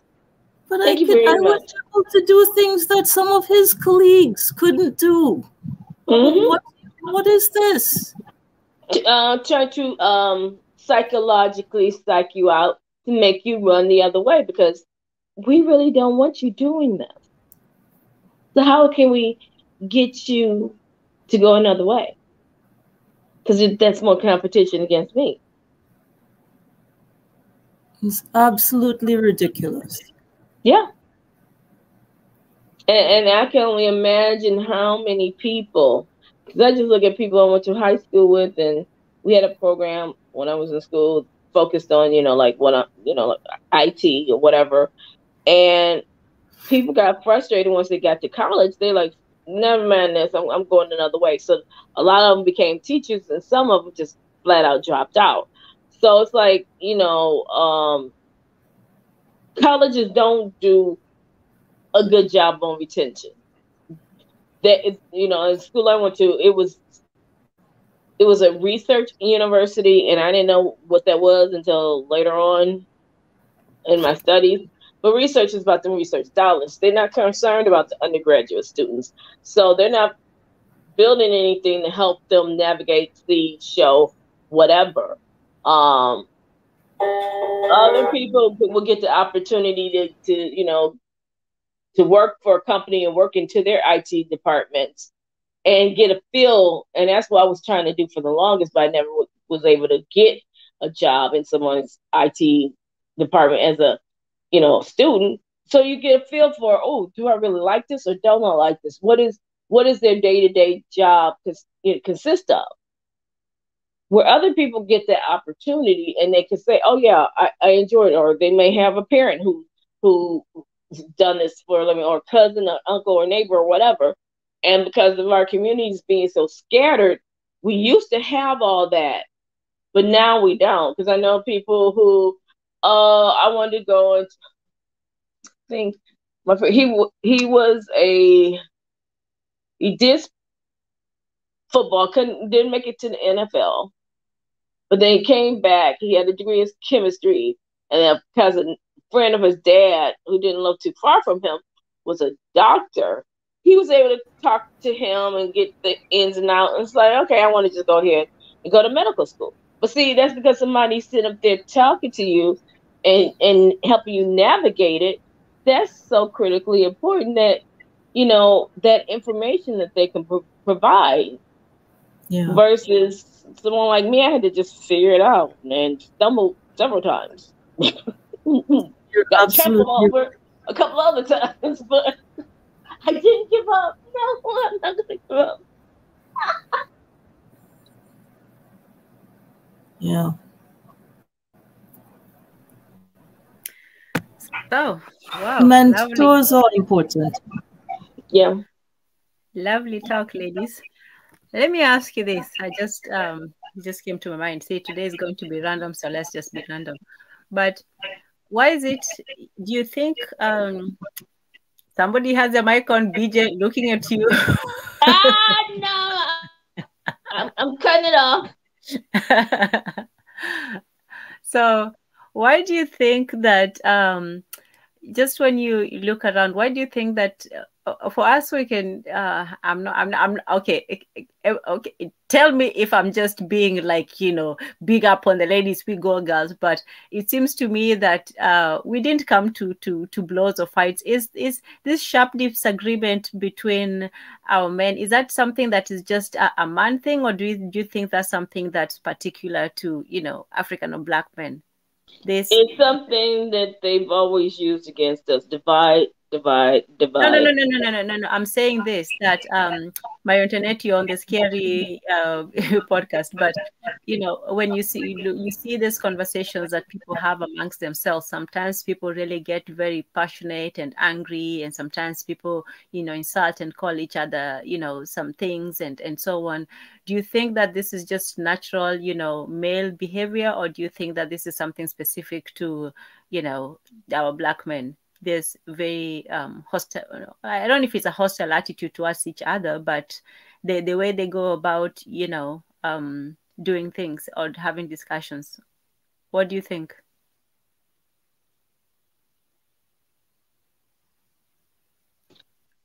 You know,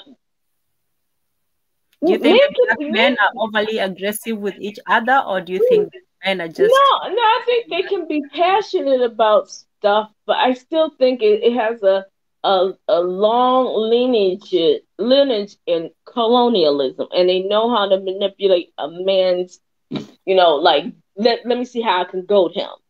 Let me, pit these two against each other, and it's the same thing that's been going on forever. And then now they want to add us into the battle, which is ridiculous because it's not conducive to our community. It's not conducive to our children, and it's not solving any problems. It's different if you're going to fight, and at the end you're solving a problem. No, you're creating even more problems. Okay, I guess I'm just asking, even when you talk about collaboration, because we know that the people who collaborate to build, to do things, to fight, it's not that one or the other, but the men also have to collaborate, just like the women, just like we have to get the children on board and so on. Do you think that African men have had a time collaborating with each other than other people? Because I don't see, maybe it's just me, but I don't see this the same kind of ritual, or maybe it's just that us women are not naturally against each other. But do you think firstly that men, when they get together, or they naturally going to be aggressive, or is that just us? I don't know if this has anything to do with everyone wanting to be a chief or or a king. But have you ever seen the debates on channels such as Republic World from India? No. I think they are a little worse than we are. Whoa, really? Yeah, I think what happens is that we are constantly shining the light on us. Nobody else shines the light on they stuff. It still goes on, but they don't. Let's take a picture. Let's stream it. Let's upload it.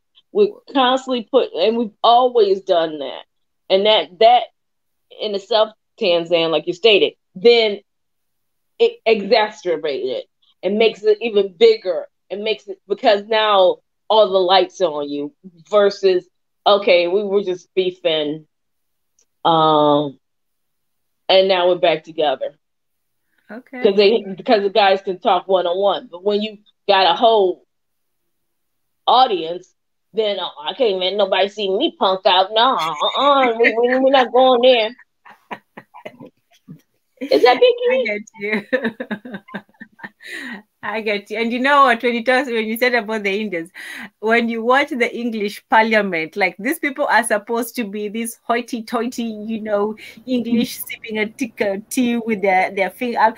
They shout at each other. They're frothing at the mouth. They're literally like going crazy. Like, what? Yeah, you're right about that. Yeah. Yes.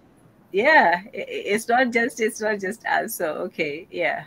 Because sometimes I do get a bit concerned when I see people just going at it, like, guys, let's just get along, So no, I guess that's just. but also Tan Zan, I would say, because I'm looking at how me and my sisters, we could scream and yell, and people are like, "What about to go on?" But that's how we communicate. And we just go back at each other like, okay, and then we're like, okay, you want something? I mean, sure. Don't forget to give me my plate. I mean, because I'm always over my sister's house stealing her candy, and she's like, "Baby, let me take my candy." I'm like, "Girl, be quiet. I ain't thinking about you." And goes take some more. I was in a school once. It was a test preparation school, and the Caribbean people, the people from it was a few of us from two people from Haiti and a few people from English-speaking Caribbean countries. And when we were speaking, it was just ordinary, normal tone. But anytime the Venezuelans were there, oh my goodness, it was so, so loud. They always had to tell everyone, be quiet. It's a cultural thing. They were a lot louder than we were by far. I had never heard that about Venezuelans, but okay, No, now I no, know. they weren't all Venezuelans. Some were Cubans, some were from, a few were Yes. from Argentina.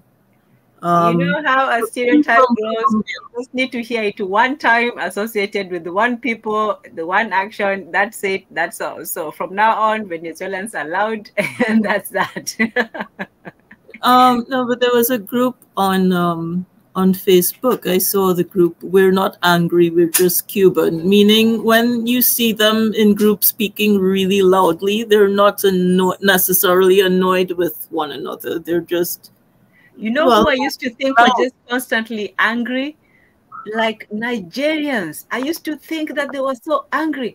They would just speak to themselves and they look like they're about to come to blows. Like, hey, you know, and then they burst out laughing. Imagine seeing a scene of two men, right? Very, very angry, like talking loudly, hands all over the place. And you're like, okay, a fight is about to break out. Let me grab my purse and just be ready to run. And then a few minutes later, they're just laughing and hugging, like, what is going on? So, yeah. And the thing about that, Tan Zan, if I saw it, I'd think, oh, those are just buddies acting silly. And I just go and say, how much is the banana and the grapefruit and the pineapple? Okay, here's your money.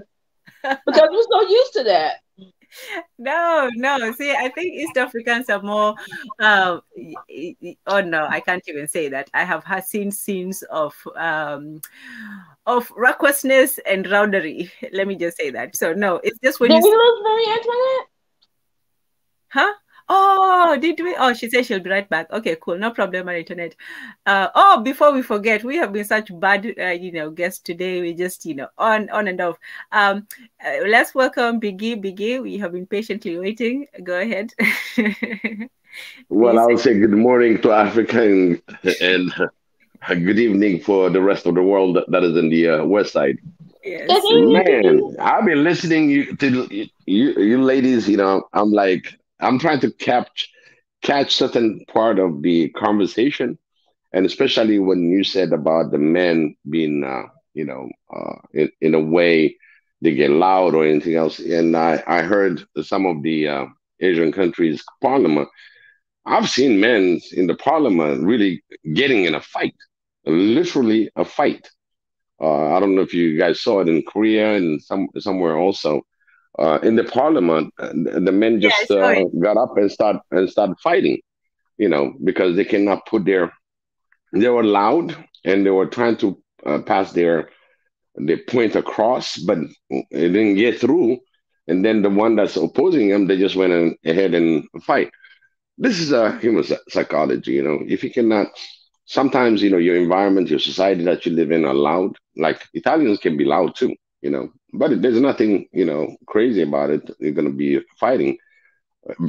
For me, probably I listen to the language, so I know what the conversation is. But at the same time, when somebody's looking at you from outside, it's like, oh my God, anytime this thing is gonna blow. But the thing is, it's the environment that you live in, the society that you live in, and everything else that can get loud. And of course, the men are louder than the women.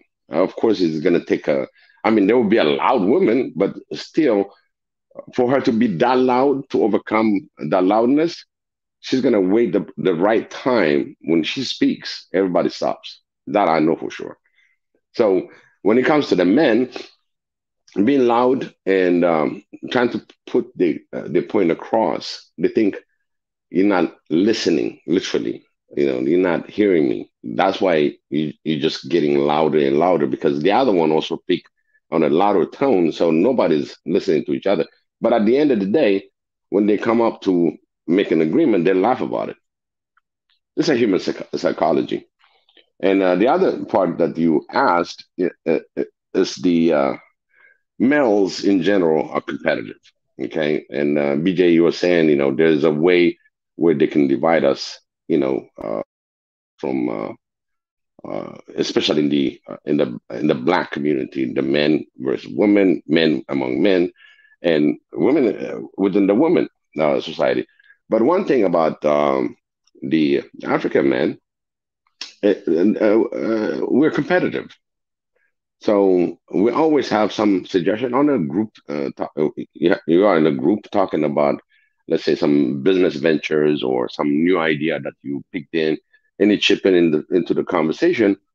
Somebody knows about that information. He'll pick it up and he's going to be tossing it around. And then one will say, "Oh, I was thinking about that." And it gets louder and louder. But eventually, it's the competitiveness. We're very competitive. It's one thing that I noticed. And that's why Africa is 26% entrepreneur, because we Africans are very competitive. We like to go ahead and risk. If it is something that worked, we're gonna do it over and over. Excuse me, I've been coughing. Like I was telling on the weather, so I'm trying to keep my tone a little bit down. But I'm that's how. take care of yourself, Biggie. What's that? Oh, take care of yourself, Biggie. Oh, absolutely, absolutely, absolutely. It's just sometimes we get under attack, and thanks to Tan Zan, the lemon and honey is working. I just want to let you know. I'm glad. I'm glad. So I think I've been traveling a lot, so I think eventually your immune system kind of need Mhm. a reboost again, you know.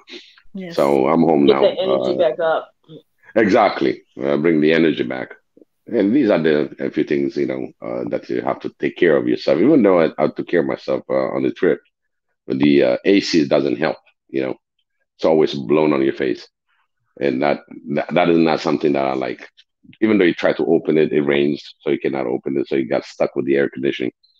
But anyway, to come back to our conversation, Africans are competitive, and one thing that I want that competition is to look on things that we have, like product that we have.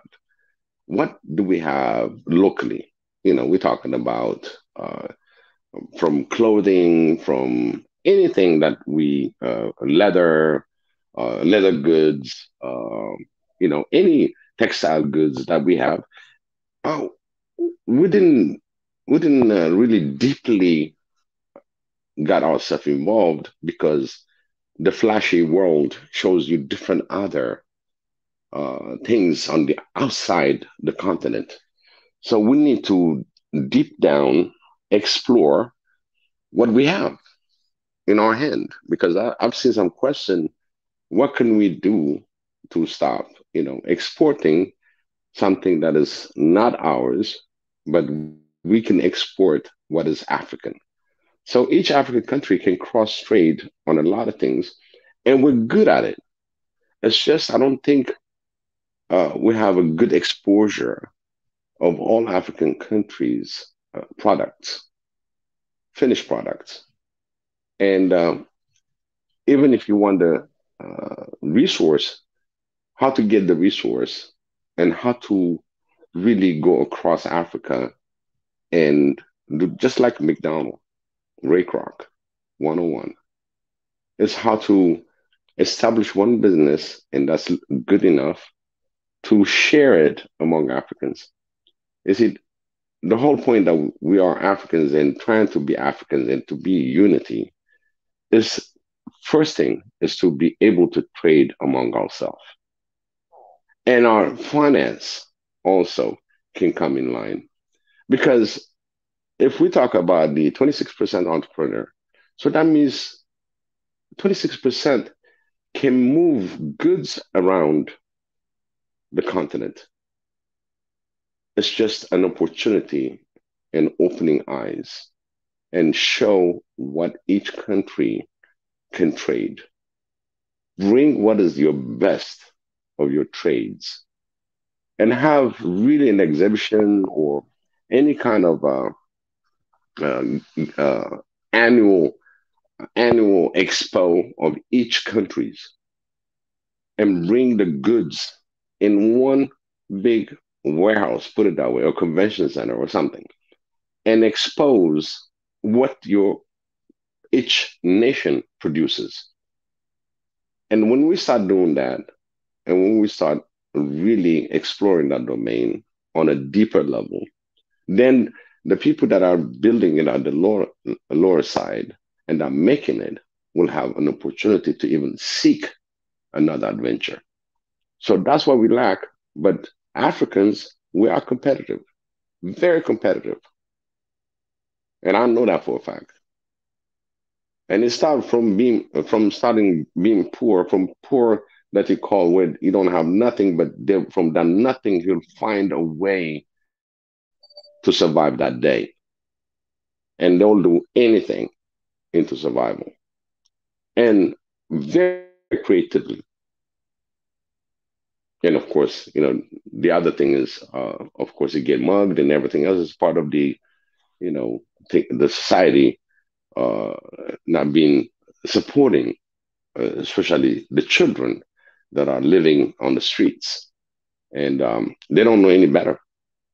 The oldest one knows how to rob. They're going to keep on robbing. But if we intervene and start redirecting this youth, you know, uh, uh, to take something is a skill, okay, and that skill can be in different. It can change that skill to be more go getter on a different level. So there's a lot to be explored. This is my take for African men and women. Very competitive. About the West dividing, putting us in this way and that way. I don't think for the living in Africa, for what they need and what they're trying to put together, really, it comes in, but it's not important as Africans because we are very busy making our daily bread. And a lot of these things, they might not get it, but from me, looking at it from the diaspora aspect of it, there's a lot of, I mean, a big potential actually to be explored to use these 26% of entrepreneurs and as well what you have on the ground and expose that among each other and to start exporting and trading together. That's how the unity will come when you start understanding, oh, this is from Nigeria, oh, this is from Ghana, oh, this is from Ethiopia. You start picking from different nations and you start understanding, then that's how we're gonna shut down all the export. Yeah, yeah, because That is like foreign export. here we have those conventions, all types of conventions. Not a lot of them zooming now because of businesses and trying to cut back on cost and all this other stuff. But we would have expos, and you would bring in, give everybody their little booth, vendors booths, and it exposes so much. And then, like at the end of it, you give them the video of the conferences, and you don't know how many ideas are explored or open up because of that. You know, the youth, they're just looking for an opportunity just like everybody else. If we show them we care, they will run longer and further than any of us. So we can't just close the doors on them and tell them that they have no value because some will never recover from those words.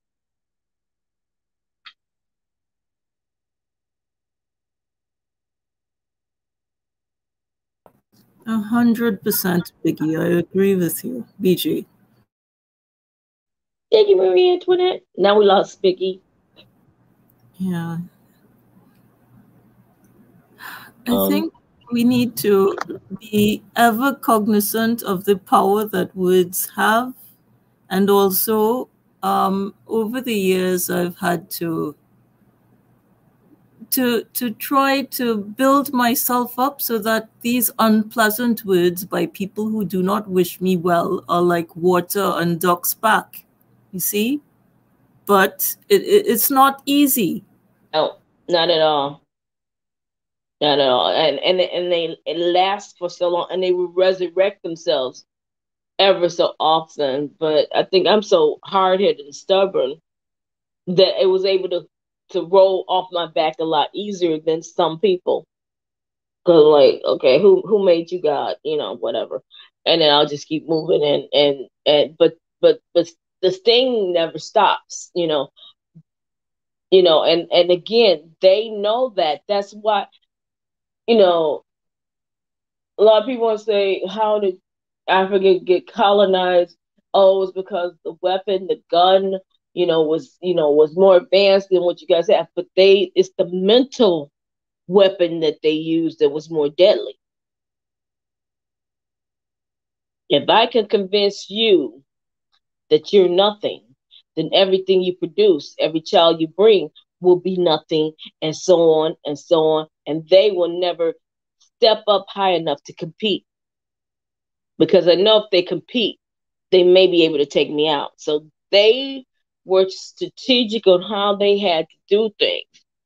We just was blinded by the negativity that we didn't see how deadly those words were. Yes. And when it comes to competition, let me just, say, tie in what Biggie and BJ said.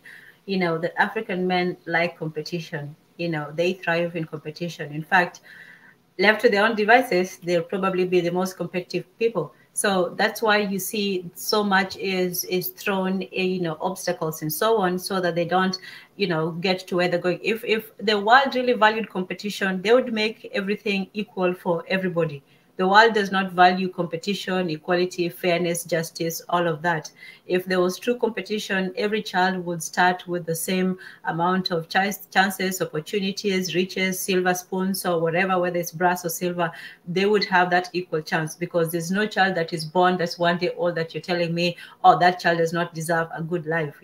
So if everything was simply left to being competitive, that where everybody on the world was given an equal chance, we would be very far. And the evidence for that is when Black African people are given the chance to simply compete unfettered without all these things thrown at them, they thrive, they succeed. We only see that, unfortunately, in the sports, in the arts, in the music, and all these places. Because No, Tan Zan, it's everywhere. okay, sorry. Okay, let me not down It's on. everywhere. It's Yeah, everywhere. But I'm because saying just think about how many kids who have had not the highest caliber education, who may have been lacking resources at the schools they went to, but yet once they get to these colleges, how are you able to propel yourself equal and even surpass those who have all these credentials behind them? right. But I'm saying, that for the African child to succeed, they have to go through a lot more and overcome a lot more Mhm. than, their other counterparts. So, Oh you know, yes, that does. it was a fair competition, they would be far ahead. But even with the obstacles and the things put in their path, we still find people who succeed. We still find communities who thrive, who are able to maintain, their unity, strength, and traditions despite it all. So if everything was fair, if we didn't know, if we were not a competitive people, we would have been crushed a long time ago. But because we are competitive, that's why they have to throw obstacles to crush us and to try to crush us at every time. If we were naturally, backwards, stupid, dumb, slow, submissive, docile, stupid, they wouldn't put all this effort. You don't build a 70-foot wall to contain a sheep. You just tie a rope around its neck and that's it. But a feisty bull, oh yeah, you'll need a lot more reinforcement than that. And forget a lion or one of those wild animals. You think you're going to keep an elephant in your backyard? Of course not. So the greater your opponent, the greater you have to do to to keep them down or to eliminate the competition. So yeah, we're naturally competitive. It's just that the world is a place that is anti-competition. It's a place where that puts you down when you try to rise up, where that insults you when you try to be great, that applauds you when you're backwards and degenerate. So in order for us to succeed, we have to do way more, and we have to realize that we have to be competitive first of all, and that the world is not a competitive, it is a competitive place, but it's an unfairly competitive place. So yeah. Yeah, let's. Absolutely, Tanzan. You said several mouthfuls, as the saying would go. And the thing is, people need to understand. I mean, that's part of the battle, is to understand the system that you're walking into. You need to understand these countries that you're visiting and understand that there's not going to be an equal footing. That there will be obstacles put before you, and you have to be prepared to handle them. Because, like in America, that could mean life or death.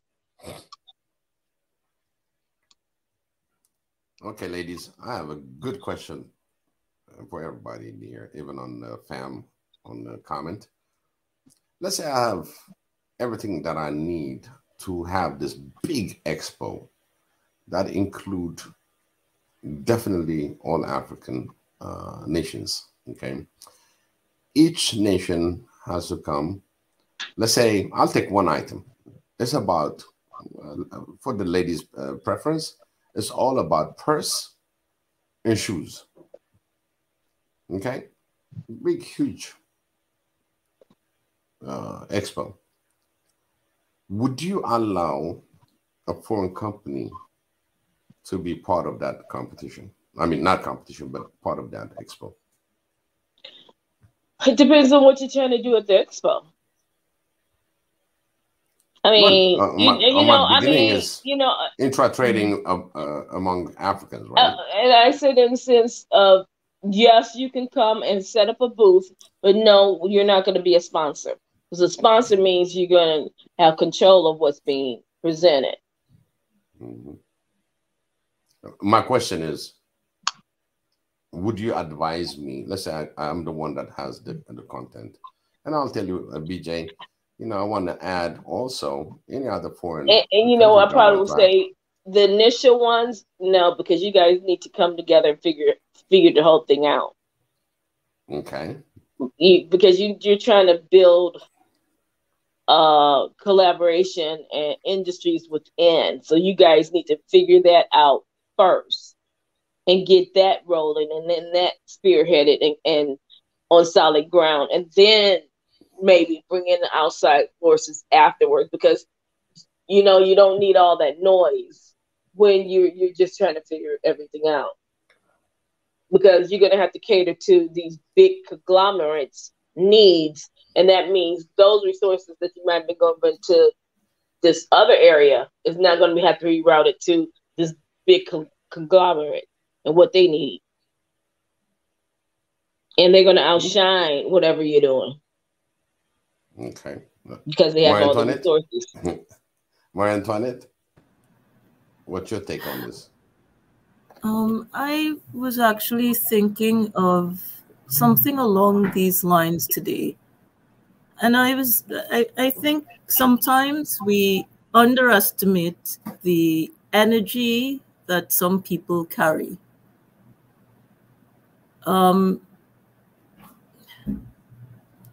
Okay, when I did, what should I say?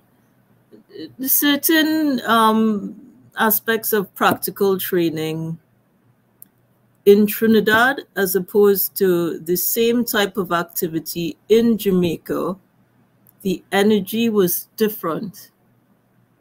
And we have to be careful about the type of energy that we permit to be present when we have such endeavors. So I would like to agree with BJ. You can't have a foreign company. They would create an energetic shift that would end up overpowering your efforts. If they're there, they have to be on the periphery in a minimal role.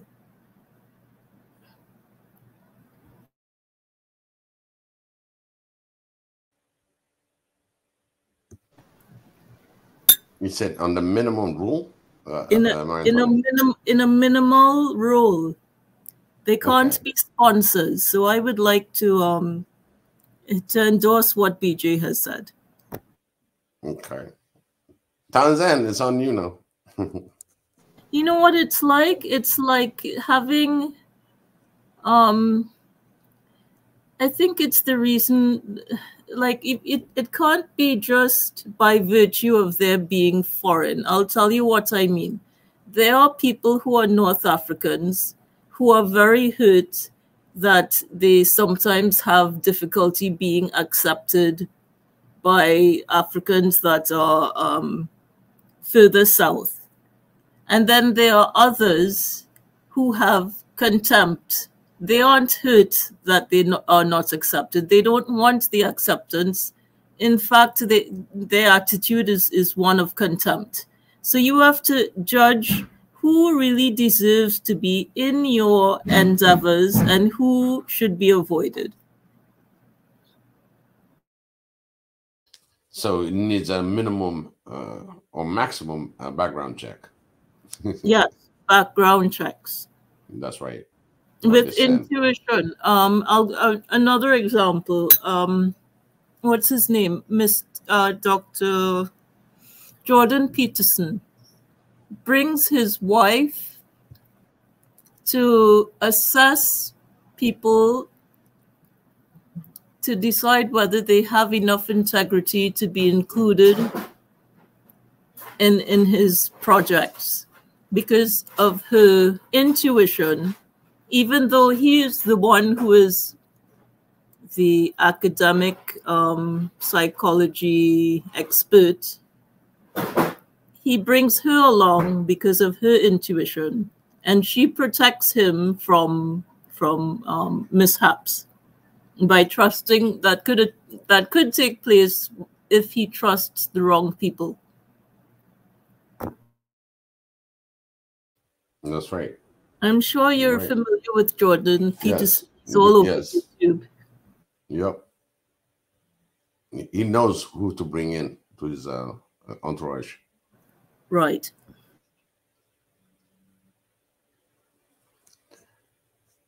There was a question from Sam, are you sure Africans are competitive? I'll tell you one thing, across the board is look at all the athletes in the world. Okay. One of the competition, meaning on the sports side. At the same time, when they specialize on certain things, we tend to really take it to another level. On any specialization, look at it from rocket Africans that created rockets. They're African in the science field. Brain surgeons. All these is a competition among the rest of the world. I'm not just talking about them just among Africans. It's just once we get to that level, we are really highly competitive on any domain that we have. Yeah, and see, if Sam is looking at what's being pushed out there in the media and the propaganda, you don't hear about the scientists anymore. You don't hear about the competitors in the business that we're in it, because everything we do now becomes intellectual property of the company that we work for. So if we create a great invention, it's Google's. Google created the invention, not the person who actually physically did it. So it's all hidden behind curtains and locked doors. So we are not seeing it like we did in the past, where, even though they were relying upon, just the black newspapers or whatever, but it seemed like they were able to get the information out further and faster than what we get out now. When like Hidden Figures talked about, Johnson, who was she was the great mathematician who helped come up with the algorithms for space flight. We didn't hear about that till she was almost at 2 toes in the grave. Now we will see her. I saw her several times in different events and stuff on TV, but I didn't know who she was. So we hide things in plain sight. Our survival is competition. So yes, we are the greatest competitors because we're still here. Oh, I'm sorry. Let me get off my soapbox. No, you're good. Good. I mean, yeah, you're good. You're good. I would say that we talk about competition, and some says they're competing quite well. No, they're winning. Competing is if you're in a sports game and there are rules that you compete this way, but what is done on a global scale is not so much competition as edging of your advantage, actually removing competition. You know, when you look at even countries don't want to compete. They want to protect their economies. You know, that's why they have tariffs. That's why they have, you know, these agreements and so on. So you have to figure out how much do you protect your economy, your country, versus how much do you still want to let some products in. So the market is not competitive in a way that, oh, look at my products, and you compare your products, and then the imaginary customer comes and says, okay, this one I like better.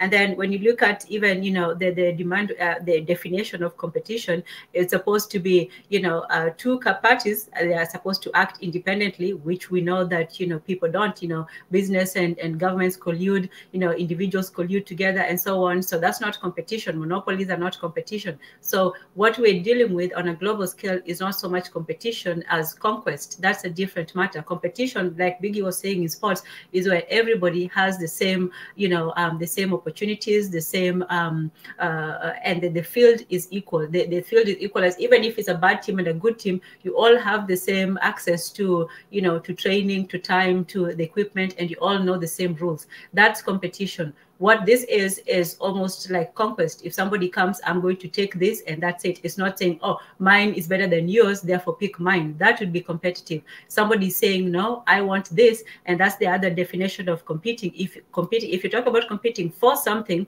then yes, they want the part where they're getting the thing. But if you're talking about whether they want a fair and honest competition where everybody's skill set and everybody is, you know, is put to an equal test, then no, of course not. Like even when people talk about the test, oh no, you know, we're dumb. We're dumb because we're taking the test that they give. If we were to come up with the tests and we were to quiz them about what is important to us, how do you grow crops? How do you tell when it's going to rain? How do you raise a child? How do you do this? Then, you know, then the metric is suddenly shifted. So when it comes to competition, it's whether it's a competition for an equal competition or a conquest. And when it comes to conquest, there's no fairness or not. So if you look at pure competition, it's when everybody has, you know, the same opportunity, and then now you want to see who's better. Like, you know, when people meet in a ring, or when they're playing a game or something like that, there's no, oh, Muhammad Ali had an advantage. No, he was just better. That's it. But if somebody, you know, takes Muhammad Ali's arms and ties them around his back, and then they come and parliament him down, then obviously that's not a competition, even though the other person won. So yeah. Yeah, and then and Tan Zan, even what you're saying is, if you bring on a sponsor from other entities, and you're coming up with your 54 Biggie with all these creative ideas, are they going to do the brain drain and say, hey, we can give you all the riches over here and put you in this beautiful mansion, come and work for us? Or, like what Tan Zan is saying, we're just going to take your ideas and put our label on it and say it's ours. Appropriation. Appropriation. Yep. No, I'm not saying that Africans are fair. In fact, we are unfair. We are letting the, you know, unfair practices, and we're signing over. We don't know how to negotiate. If the competition was fair, we'd have had, you know, an equal advantage. Yeah, Tanzan. You know what? The way Sam wrote it is like, so African in Africa are fair. Our businesses practice are fair. I'm like, I'm asking Sam back, did you really question that? You know, on the comments? All right, I'll let you get that one. By the way, guys, I am hungry as everything, so I am going to mute myself and eat. Yeah, Sam, tell them that boils down to supply and demand. If your belly is empty, they have to demand whatever price they need to. Okay, thank you. BJ just gave me permission to eat. Go ahead. Go ahead. Go ahead. But Right. it is so funny that Sam got in the trap. I'm like, you know, show me something fair in the world. It's not just about Africans, you know. Business practices. Show me where is fair, where you can say fair game. Business has its its own fluidity. That's a Western illusion. That they got Yes. everybody believing that this is a land of the free, the home of the brave, and we came to rescue you from your dire straits while the bean count is back there counting all the spools that they done took from you. And the mercenaries are shooting all y'all off the top of the building, and the priest is lulling all your children to sleep. So is that fair? No, it's not. But we always think it is because they wrap it around and with a pretty little pink ribbon, and we think it's cute without looking up under the blanket. Because if you look under the blanket, you're like, oh Lord Jesus, no. Mm-hmm. But this is the illusion they keep pushing out there. I've worked for several companies and none of them were fair. That's why I'm not working for them now. I mean, we see the business practices, even though they try to teach you business practices and the so-called protocols and anti-bribery and all that. They teach you, and then you see somebody having a golf tournament paid for. I mean, there's so many other ways of what they do. So it's for me, that question, I'll take it.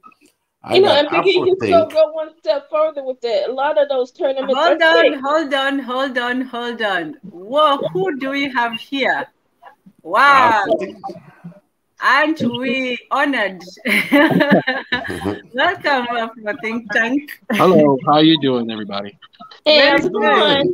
Everybody. I was actually invited. This is my first time coming to this channel. I just discovered it. One of my subscribers told me about it, and they wanted me to come over here and give one of my ideas that I had on my live show for my for agricultural businesses in Africa, and how is it that the diaspora can work with the continental Africans to spur innovation without utilizing the government, just the people, power people itself with creativity, how we can, we can grow and spur competition and fairness. Cool. Yeah, so if you don't mind, I would give you my one or two. I don't have a lot of time, but I just wanted to contribute to your to the show, a little bit. See if I, if you guys don't mind. No, before you do, if you don't know, just go and check out Afro Think. He does a lot. Like, he has so much information about Africa history, the present, the past, and not just information, like pictures and whole document. Yeah, you guys have to check him out. So it's an honor. Thank you so much. We won't take too much of your time, but yeah, thank you. Thank you very much. Okay, so the idea. Oh, sorry. Go ahead. No. Okay, the idea that I have is somewhat of a co-op system of cooperation with the continental Africans and the African diaspora. Because what I truly believe is that in order for the African diaspora to be effective in the continent, whether you be American descendant of slaves or whether you be from the Caribbean or whatnot, if you're going to Africa, I believe if we're not creating a net value, then we're kind of like putting a burden on the local people, meaning we shouldn't be going there to find jobs or compete directly with the people themselves in various fields, but we should be adding and giving them opportunities to compete with each other, and we all have a sense of benefit. So here's one of my ideas. Like, for instance, it could be if you get like a middle class Trinidad, because I heard someone's from Trinidad. I love Trinidad. I go there all the time for carnival. I love jumping up and down. Right? I have a home there in Maruga. I like to go there. That's my place, right? But if we all get together, let's say you get 5 or 6 middle class, because to be honest, it's going to take someone in the middle class to do these things, because you have to have money and you have the time to fly over there to make things happen and make relationships. But my idea is, let's say you get 4 or 5 people who can gather $10,000 each together. Let's say realistically, let's say over like 2 years, right? You get 4 or 5. That's $40,000 to $50,000. What you can do is you can go to, like, I operate in Nigeria. That's where I have my house, my businesses and things. You can go to Nigeria and you can meet up or connect with individuals who have lots of land, but they're poor, right? Because what I've noticed over there, you have lots of people who have lots of land, but they don't have enough funding to actually farm the land themselves. They can only make enough to sustain themselves, or to just enough to grow to take to market every 2 or 3 days, in season.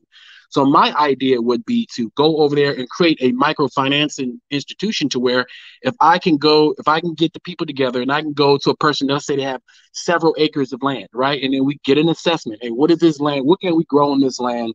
What money crops, what profit crops can we grow on this land? We decide what profit crops can grow on this land, what would be the profit margin. And what we would do is we'll partner up with the owner of the land and plant that land with that profit crop.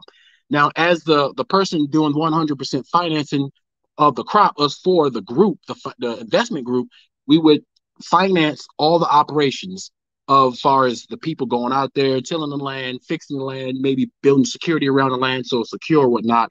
And in turn, we would get a small portion of a fair but small portion of the crop, but leaving the majority, like at least 80%, to the actual landowner. And it will require someone to be not greedy. And that's a problem that we have, is that people are so greedy that they want to step on people's necks to the top. So it requires someone to take profit, which is fair, but to take a fair profit and not try to gouge the local people. Because if you're not benefiting the local people, you're a detriment to that society. You're doing what the colonizer have done, which is taking advantage of the people.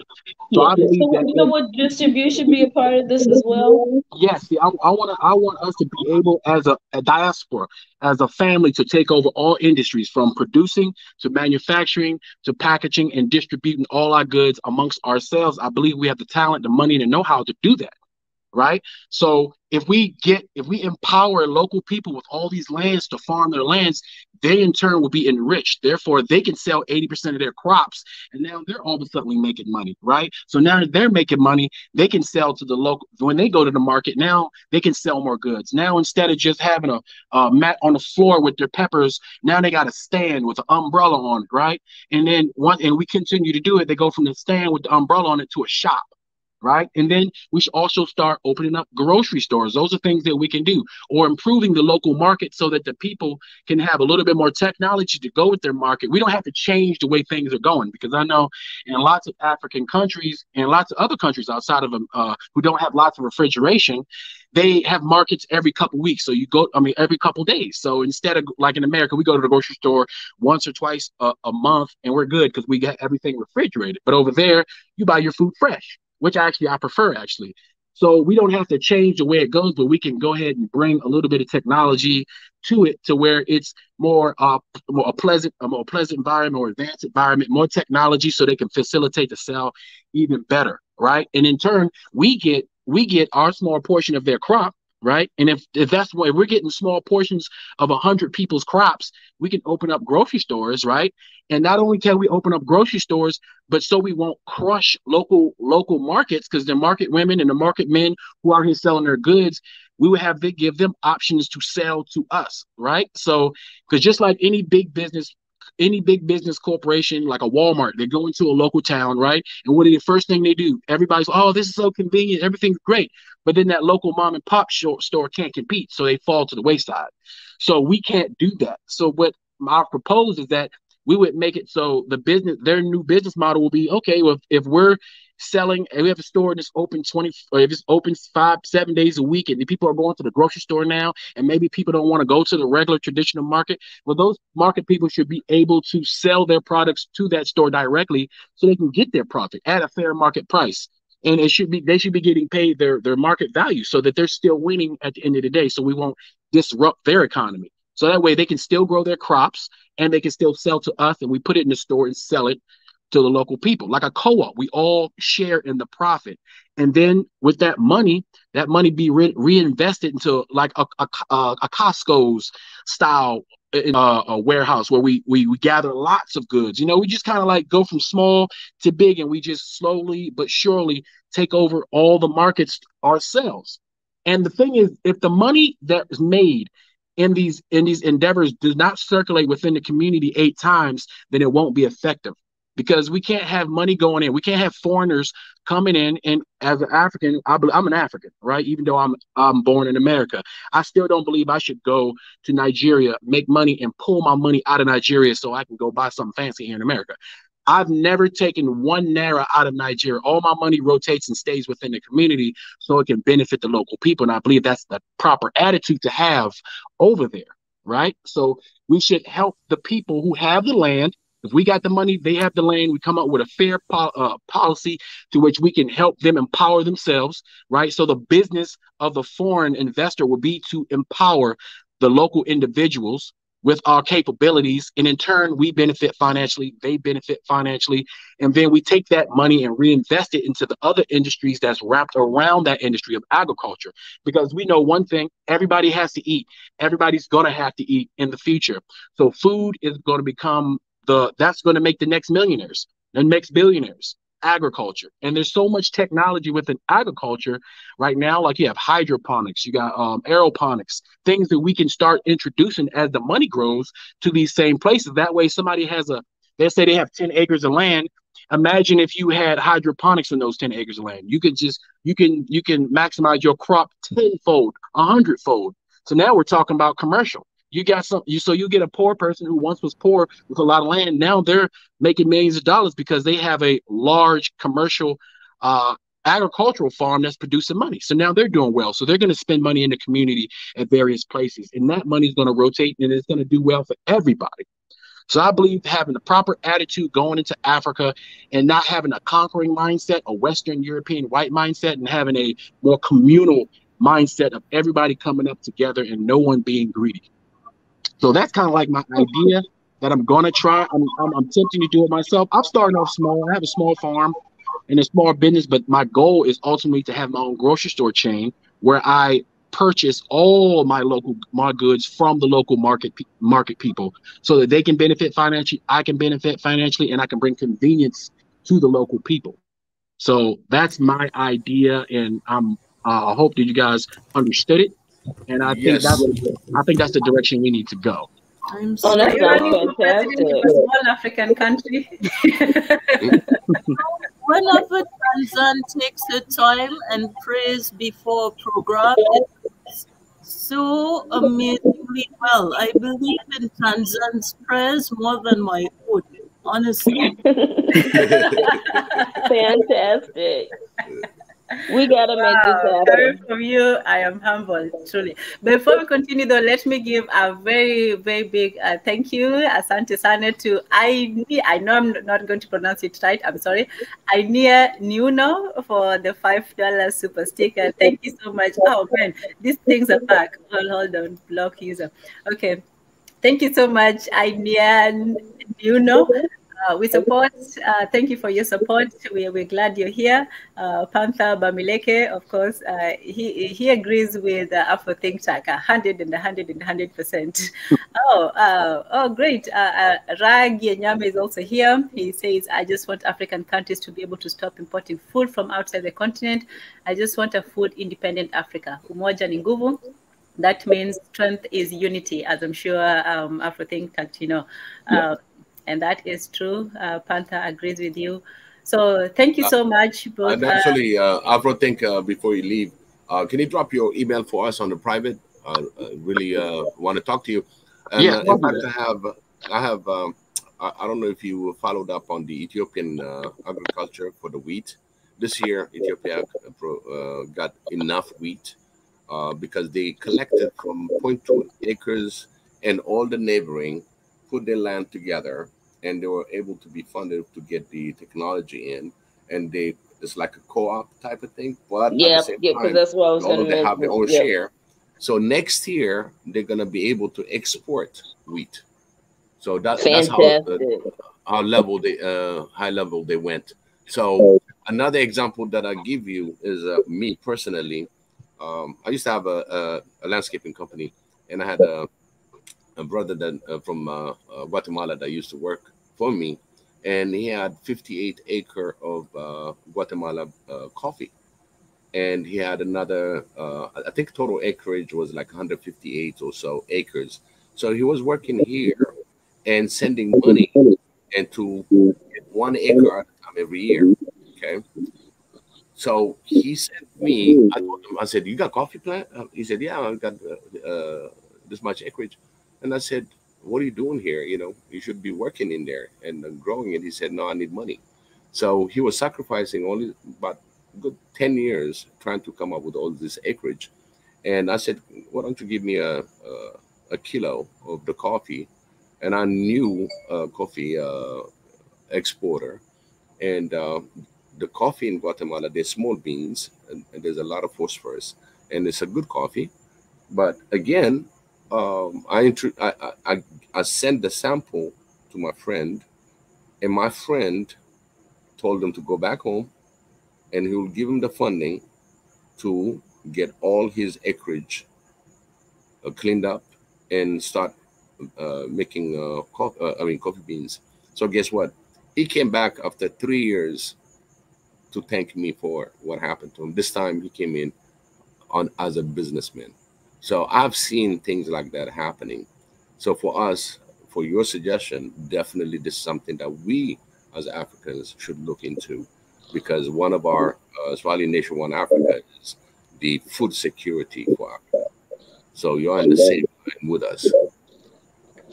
Yes, indeed. There's one thing before I go, guys. I want to say, I know that this social media thing, this uh, this is unprecedented. The amount of communication and amount of access we have to each other. We've never had this before. We've never had this amount of access to where a continental African can talk to an African American, a Caribbean can talk to a continental African. Everybody can talk to each other now. So of course we're going to have a lot of acrimonious altercations because there's a lot of misunderstandings that we have about each other based off what we all was taught by the same oppressor. But now that the clouds are becoming clear, there are going to be a lot of like-minded, smart individuals that's ready to actually take action. And we have to get rid of all the noise of the naysayers within our own individual communities. Like on my side as an African American, we got these weirdo FBA cult members who just for some reason are spouting the white supremacist talking points in America word for word. And then we have various other ones, the continental Africans. We have everybody. We have haters within our communities. We can't let them distract us, the ones that know that we have to do the real work from getting together. So on my channel, I'm actually trying to level up me and my homeboy Pan African Strike Back. I know you guys heard of him. We're trying to level up and become more mature and show that, after the conversation, it's time for action. So I'm very honored to be allowed to come on this channel that I've discovered it. That's why I'm so glad to have great subscribers, because they recommend me channels like this. And then we as a group of people need to stick together and connect and become an organization that's very much powerful, because we can do that. Because obviously there's people like us all out here that's ready to take real action. So with that said, thanks for having me, and I definitely will be back. And please come to my channel when I do my lives, and we can all build together. And put your channel out there on the comments so people can know where to reach you. Okay, I'll say it out loud, and I'll put it on my channel is Afro Think Tank. You can come to my channel, Afro Think Tank. I have a playlist with Afro Think Tank in Nigeria, where I show you the great parts of Nigeria. I show you the connection between continental Africans and African Americans and Caribbean Africans that we do not know about. I'm a historian by nature, so I'm all about history. I love Black history. I love, no matter who it is, I consider myself an African just the same as any continental African, and I have love for my brothers on the continent and in the Caribbean and in South America and Central America, and all the same. We are all connected. We're all one, and we need to work together because we have the power to take control of our own destiny. There's no one holding us back but our own mindset. There's no one holding us back but our own mindset. And once we free ourselves mentally, we'll have the ability to take back the world and show the people of this world that we are the stewards of this planet and how to properly manage this world. So that's all I got to say, guys. I hope you see you guys next time. Thank you. One thing, just drop down your email address, because one of the things that I want to tell you about Swahili Nation One Africa, we are on the way to have our own office in Tanzania. So we got a GoFundMe that we put out there, and if you can pass it on, because this is going to be our office. It's going to be everybody's office. It's where everybody's voice is going to be heard, and a different thing is going to happen within the office.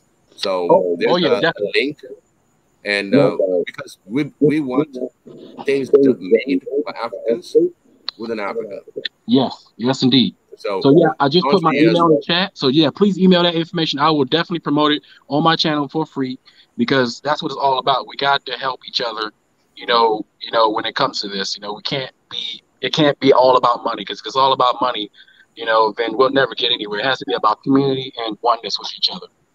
And the money will come. And before you go up with Think Tank, I just want to thank you again for joining us, for coming. And I was saying earlier, I actually wanted to title this program "After All the Talking, What Are We Going to Do?" And Marie Antoinette, you're right. The prayers were answered. This was the original title of this broadcast. I was going to say, "All that talk, what are we going to do?" And I was sort of feeling, discouraged and out of ideas. Somebody has the mic on, DJ. And no, that's you, Tan Zan. me? No way. Yes, way. Okay, let's see. Nope, it's not me. It is not me. But we'll just continue. I would just like to say, thank you for considering the people who are on the ground. Sometimes I was saying that we just come in and we want to, give people solutions and we want to throw this, we're educated, we know more than you. But it is very important to have that connection with the local people. You cannot help people that you're not willing to talk to and understand and even have a conversation with. So, for African Americans who want to go back to Africa, yes, there's the historical aspect, but the more important aspect is building relationships. Even before you go to Africa, just find an African. If you're curious, ask an African. The same thing with Africans when they go, they meet people from other places. Just talk to people and learn about them. There's so much you can know about books and, in books, but when you actually talk to people, you really will have your ideas and your mind enlarged. So thank you so much, Afro Think Tank. And once again, please go and check out his channel. And we'll try to get on the live. There's so much good information that there's raised on that channel, not just, historically, but and the pictures are beautiful, just beautiful African images. We need to see more of that as well. So yeah, thank you so much. Thank you, guys. Y'all have a good one. You too. Thanks so much. You take care. Thank you. Yeah, so wow, that was amazing. And honestly, today Won't he do it? Won't he do it? Yeah, I really like the plan because I know it's good to talk. I'm not one of those people who say, oh, well, what's the solution? Like you want to stop the talking. I say that we actually need to talk more. I always say, mention, with the Scramble for Africa and all these talks, these people have sat down. Not only have they learned about us, they know about us. They sat down and made plans for years and decades in advance. So we can never talk enough. They have kept us from each other. They have kept us from talking by prejudices, stereotypes, and just by, economics. So let's not let that continue. Let's at least be active in fighting our own ignorance. And like I said, I'm glad that this is a place where we can have people from different places. And even if we disagree, I know I was like, oh, the men are fighting, but even that is healthy because it's better for them to come out and air all these things than, to stay quiet and everybody in their corner just suffering silently. So it's good for us to build, create, and connect, and most importantly, to build relationships. You can't go and say you want to help people that you have, absolutely no interest or no, sympathy, or as Marie Antoinette says, empathy for. So, so that's one of the main reasons, the important reasons for having a physical place where we can connect with actual people on the ground. If we talk about Africans, we can actually have, young African people or old ones, all African people, just come in and also talk to us and tell us what they're experiencing on the ground, what they need, how they can help, and so on. We can't always just come up with ideas and think we know better than the actual people who are living in the situations. Same thing with all the places, the disadvantaged areas in Black America. You can't just say, oh, well, let's just get rid of them and forget about it, because those are your people at the end of the day. And if you don't think about them, believe me, it will, somebody's going to pay for it if you don't pay any mind to it now. So Yes, let's think about people, even the ones, who are the most downtrodden, the most forgotten. And when we want to help our people, we're not supposed to help with this attitude of, oh, I'm better than you, therefore you should worship me. We should go in with the mentality of, we are helping each other. I am no better than you, you're no better than me. I can help you, you can help me, and we can all help each other. If we look at things that way, I think it will make our interactions with each other a lot more smoother. So I'll leave at that. Did I talk everybody's ears off? Yeah. No, No, actually, no, no. actually, I just sent him an email to thank him also. So we need to network more. Uh, People with great idea. Again, like I Yeah. said, this is a platform where everybody can come up and give us this kind of ideas and what they're working on, and also support him because he's doing African thing. You know what I mean?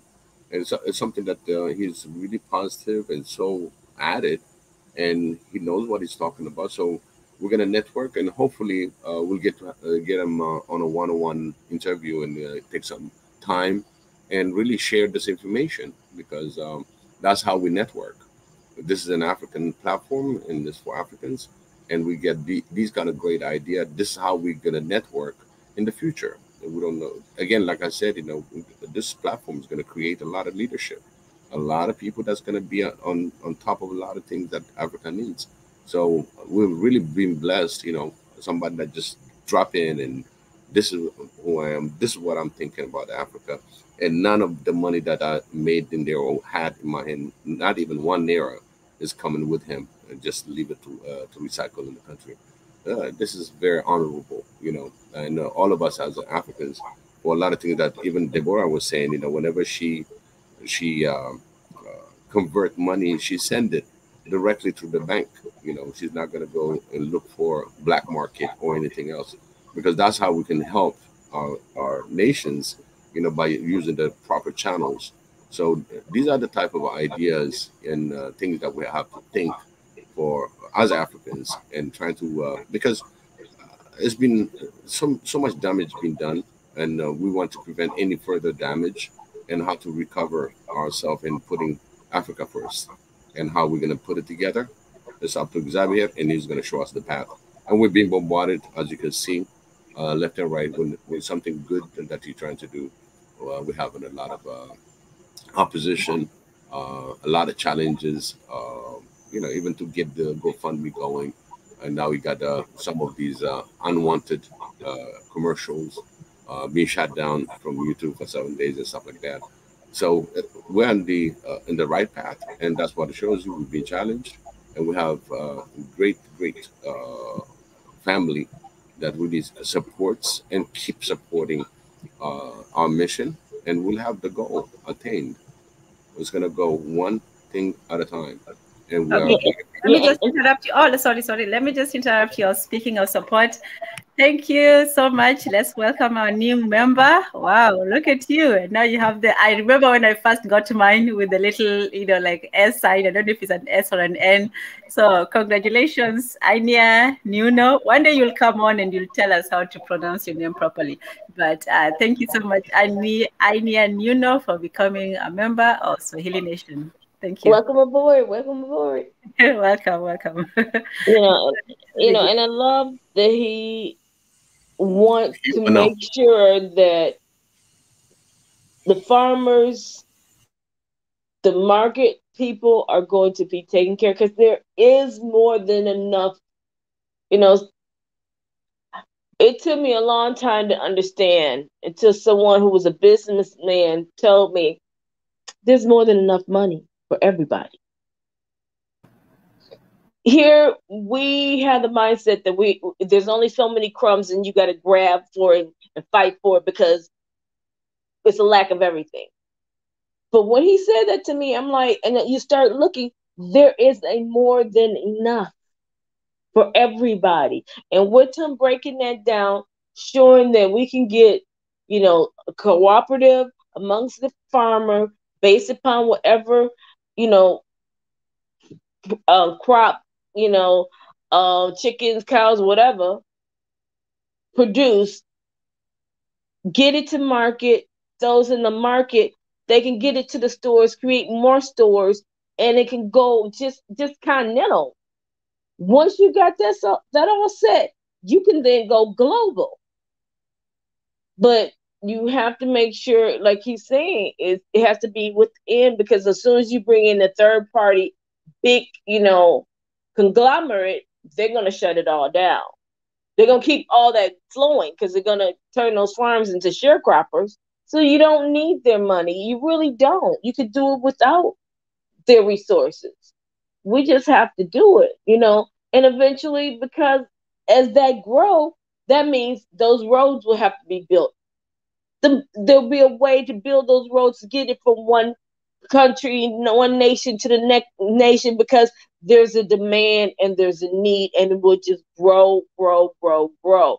We have to take those shackles off of our minds and off of our brain that's been embedded for us for decades and centuries that says we could do anything and everything, but we need to do it together.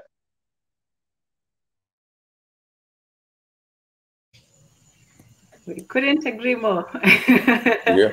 The silence is agreement. Yep. Thank you. It's the network, it's again, we always said, the more unity, the better you perform, and in any aspect. If we have a goal to attain, just like we're doing now for the Swahili Nation One Africa office, we're all focused into it, and we're all concerned into getting this thing happen and collecting. If it wasn't a network, if it wasn't together, we wouldn't get to that level. We cannot even raise a penny for it. But we have a strength. We are on the right path, and eventually, we're gonna we're gonna prevail and have this office because And the we are word is so getting adamant. out. The word is getting out. After Yep. Think Tank just said, someone sent him the link and he wound up popping over. Yep. If you build it, they will come. Yep. If They will we come. build it, they will come. Absolutely. So next year, once we build it, we'll have an office where people will come. If you stop over in Tanzania, you have a place to go, chill for a bit, meet the Yep. people, talk to people, a physical place. We want to And buy my bananas on the beach. That's right. Yeah, Wow. yeah, it's not that far from there. Wow. Yeah, so we'll make it happen. We will make it happen. And we're enlarging our network. We're finding more people, and more people are finding us, and that's always a great thing, because like we said, we have certain things. Sometimes we complain about what we don't have, but we have a lot more than, let's say somebody who is in the village. They just want school fees, or they just want to feed their children. We have a lot, and it's up to us to use what we have, so we can not just go and say, oh, I'm helping you, but we're helping them and they are also helping us. We also have to see the value in the people that we're helping. They're not just or hungry mouths to feed, or poor people to look down on. The people have value, no matter whether they're rich, they're poor, no matter who. We may have, we may be losing some very intelligent boys and girls, men and women, to poverty, to people who maybe they could have done a lot, but because they were, in a certain situation, they might not have been able to be given the chances to do what they need to do. So let's not just look at people, oh, we're going to help them and pat them on the head and look down on them. We will much actually be the ones being helped. Sometimes you think, you go into a situation, you think you're the hero, and yet you're just the side character. But Because like the old saying goes, don't look down on people as you're going up, because those may be the same people you're going to have to look up to when you start falling down. I agree. We need to get out. We need to get out that mindset, because that is a total Western ideology, and it makes no sense. Here in America, we are so busy trying to buy a label to put on our bodies to be accepted by I don't know who right now. And so we fight every day trying to, fit an image that's being reprogrammed in us every other day. And none of us still are not happy. Hey, Some of us Tanzan. are working a job that we hate, but because it allows us to have these little amenities, then, we feel it gives us value when it's who you are that gives you value. Oh, Yep. sorry, Vicky. Yeah. No, I was gonna share the GoFundMe real quick because you'll be surprised. Hold on. Let me try It's to share that screen. it's in the what you call it, in the chat.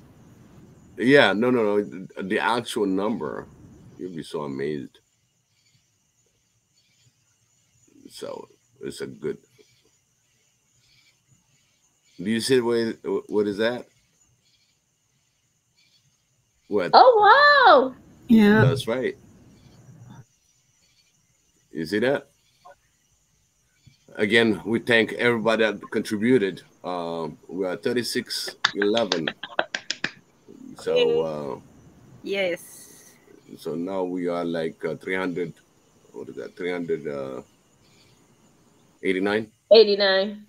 Yep, 389 euro. Come on, you got five on it, BJ. I got 5 on it. You got five Who, on it. who, who who got the other 5? Uh, oh, you guys, were you there, BJ? Chris Rock and No, I missed that one with the slap. that was so funny. Smith. And Will Smith, and then Then they Jada had get in. Jada Pinkett and all Yeah, this. yeah. And then And- then JP Smith, someone. exactly. The funny thing is, just that show on the recap on Israel show, he collected 100. What was that? 106 or something like that. And even later on, there was more. And Miko said, "Oh, you beat me on that." That was a good. It was a good fun me. It was fun. It was so fun. I love it. I love it. You de- You guys are so creative. What he's doing with this platform, you don't see this anywhere else. Where we're like world news tonight, 60 Minutes, Flip Wilson Comedy Hour, the Apollo, right. in New York City, so many different avenues just to spearhead and put a shine light on what we can do as a community. And it's a beautiful thing, like Afro Think Tank was saying earlier. We're all over the world and we can sit down, not at the same time because your time is different than my time, but it's still the same time to me, and actually communicate to others who may be wondering about these same issues or dealing with Mhm. these same problems. And we're trying to provide actual live solutions. And that's incredible. And you guys, you're amazing for taking your time to sit down and just trying to make a difference because we want it better for our children. We want it better for this next generation. And we know we're on just the cusp of it all happening, but we have to act, otherwise it'll disappear. And that's why, this GoFundMe is so important because this light needs to be shined brightly Mm. on all the capability of, as we said in the past, the dark continent. Mhm. It's time for the lights to come on. Yep. Well said, BJ. Great. Well said. So I'm going to start wrapping up. From Black says I'm always talking about something. I am not always talking about TV. I have, yeah, I'll let it go. But no, Yeah, it's an analogy, but it's a fair analogy if I do say so myself. Some says we buy things we don't need with money. We don't have to impress people we don't like. Very true. Very true. Apt. You know. Absolutely, Sam. Yeah, it's that consumerist mindset On that the topic of the topic of buying things to, it's a point BJ always makes, and you're absolutely right. You know that people buy the Gucci bag, and it was only a few years ago I discovered why. I Let me see. I was really sick and I needed help to go to the hospital. And when I was getting ready, the person told me, wear the really good shoes. And I'm thinking, I'm not feeling well. Why are you fussing about what I'm wearing to go? And I realized it's because she didn't want me to be treated as though I wasn't worth anything. And my skin is really dark. So I had to look my best. And at the time, I wasn't thinking. All I knew was I'm in pain and I don't understand why, and I may need surgery. You know, people really treat you according to the visual impression that you give. Even though I didn't want to admit it at the time, it's true. And this guy who makes videos that teach morals, um, illustrated in a video, this lady was going to buy some property. I believe it was a house. And because of the handbag that she had, she got a certain type of treatment. And the thing is, she was really quite broke. But because of the way she looked, she got respect. And Marie Antoinette is sad, but so true. And Yes. again, we're so superficial because if you look at America, you probably look at some of the wealthiest people in this country, they'll look like a homeless person. But their bank account be like, are you for real? They don't worry about that. They don't worry about because they know that their money will speak for them. But we're running around trying to fit an image that, you know, it makes no sense that you're going to give one person more value because of the shoes that they have on their feet. Yeah. Well, And I some think of these so-called wealthy people are running on debt that we don't. They are getting loans that we aren't getting. You know. the one of those things, like you said, Marie Antoinette, when she said to wear your best shoes and all that. If you know, even in Africa, they tell you instead of having the muddy shoes, you got the shoe shiner that's going to be around the corner. Make sure your shoes shine well, so people don't look at you down, or Yes. dress well. It's being promoted because they know uh, that people mistreat you on the first, like they say, first impression.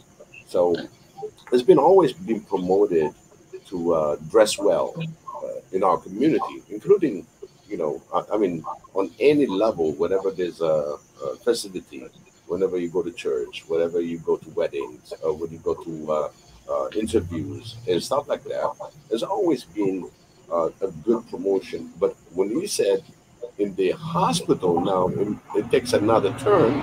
But again, you still need to dress up even for them to look at you. You see, Yes. even that becomes part of society, the way they see things. They see you with It's, something flashy, they'll be more like, oh, okay, you can take care of that. But the one that comes it's, in a hurry and didn't have anything else, they might not. There's nothing catchy. You see what I mean? Even in the and, hospital, and Biggie, unfortunately. that becomes very, very scary because it's like that here, and what that leads into is consumerism. And then you're going to get caught up in that debt trap because you're seeing you're only valued by what you have. And that builds that train of what's the next thing I gotta have to have value, and what's the next thing I need to buy, what's the next. I mean, if you have it and you have the resources and you work hard, you're supposed to have everything and anything conceivable out there should be yours. But when you say that you are not going to be treated with respect unless you have these certain things, that's when it gets sort of scary. You know what's the joke? The part that I left out. I was in my second home, my socialist country, where people don't have much. Oh my God! That's the joke. Yeah. Yeah. Wow. That's incredible. Wow. That's incredible. People are unbelievable. But the And but again, I still will say, that it says rise up to the occasion. You know what I mean? Uh, the word rise up to the occasion, step up to the plate. These are the all words of wisdom, to encourage you to be presentable. And, these are the certain etiquettes that's been passed on to our ancestors. I mean, you yeah, always, whether you're and barefoot or that's what not. I love about you guys, because when I do watch a lot of things, I see all the things you're saying, very well dressed, own flair, own style, and I love the fact that you don't have all these labels on. Because my thing is, if you don't have anybody label on, have your own. Because that way it's your creation and those are your ideas. Here, we're just looking at the next flavor of the week, whatever's hot. And that means that consumerism is profiting certain companies and that's not in your communities, does not hire anybody who lives in your communities, does not support in the roads or the infrastructure in your communities, but their communities is full of wealth and full of resources. And that's why I sort of say a lot of things I say, because it's like if it's not benefiting you and the choice is not truly your own, why are you doing it? To fit into an image that's making someone else wealthy and impoverishing you, or taking all your resources from you. Because again, the way your style, your dress, and if you look at most of these major designers, they're looking at everything you guys are doing, and they taking those same images and then revamping it and putting their label on it. So the style and the creativity and the creation is coming out of you. So you have the value, not because somebody copied it and then put a name on it. I believe it was Sanity who was explaining that the ideas for Gucci bags actually came from one of the African countries. I don't recall which one. Yes, it was on the West African country. And I don't know if you guys noticed one of the pictures that Mika and my wife took, and they took this picture in this boutique, and that's all authentic Ethiopian stuff and African stuff. And when I zoomed in, some of the purses and everything else that they have, you think it's like an import. When I asked her, she said no, they make it local. It's a local store made. I mean, a local product made by the local artist, and it was amazing. I just said, I "Oh my God, love it's so it. funny!"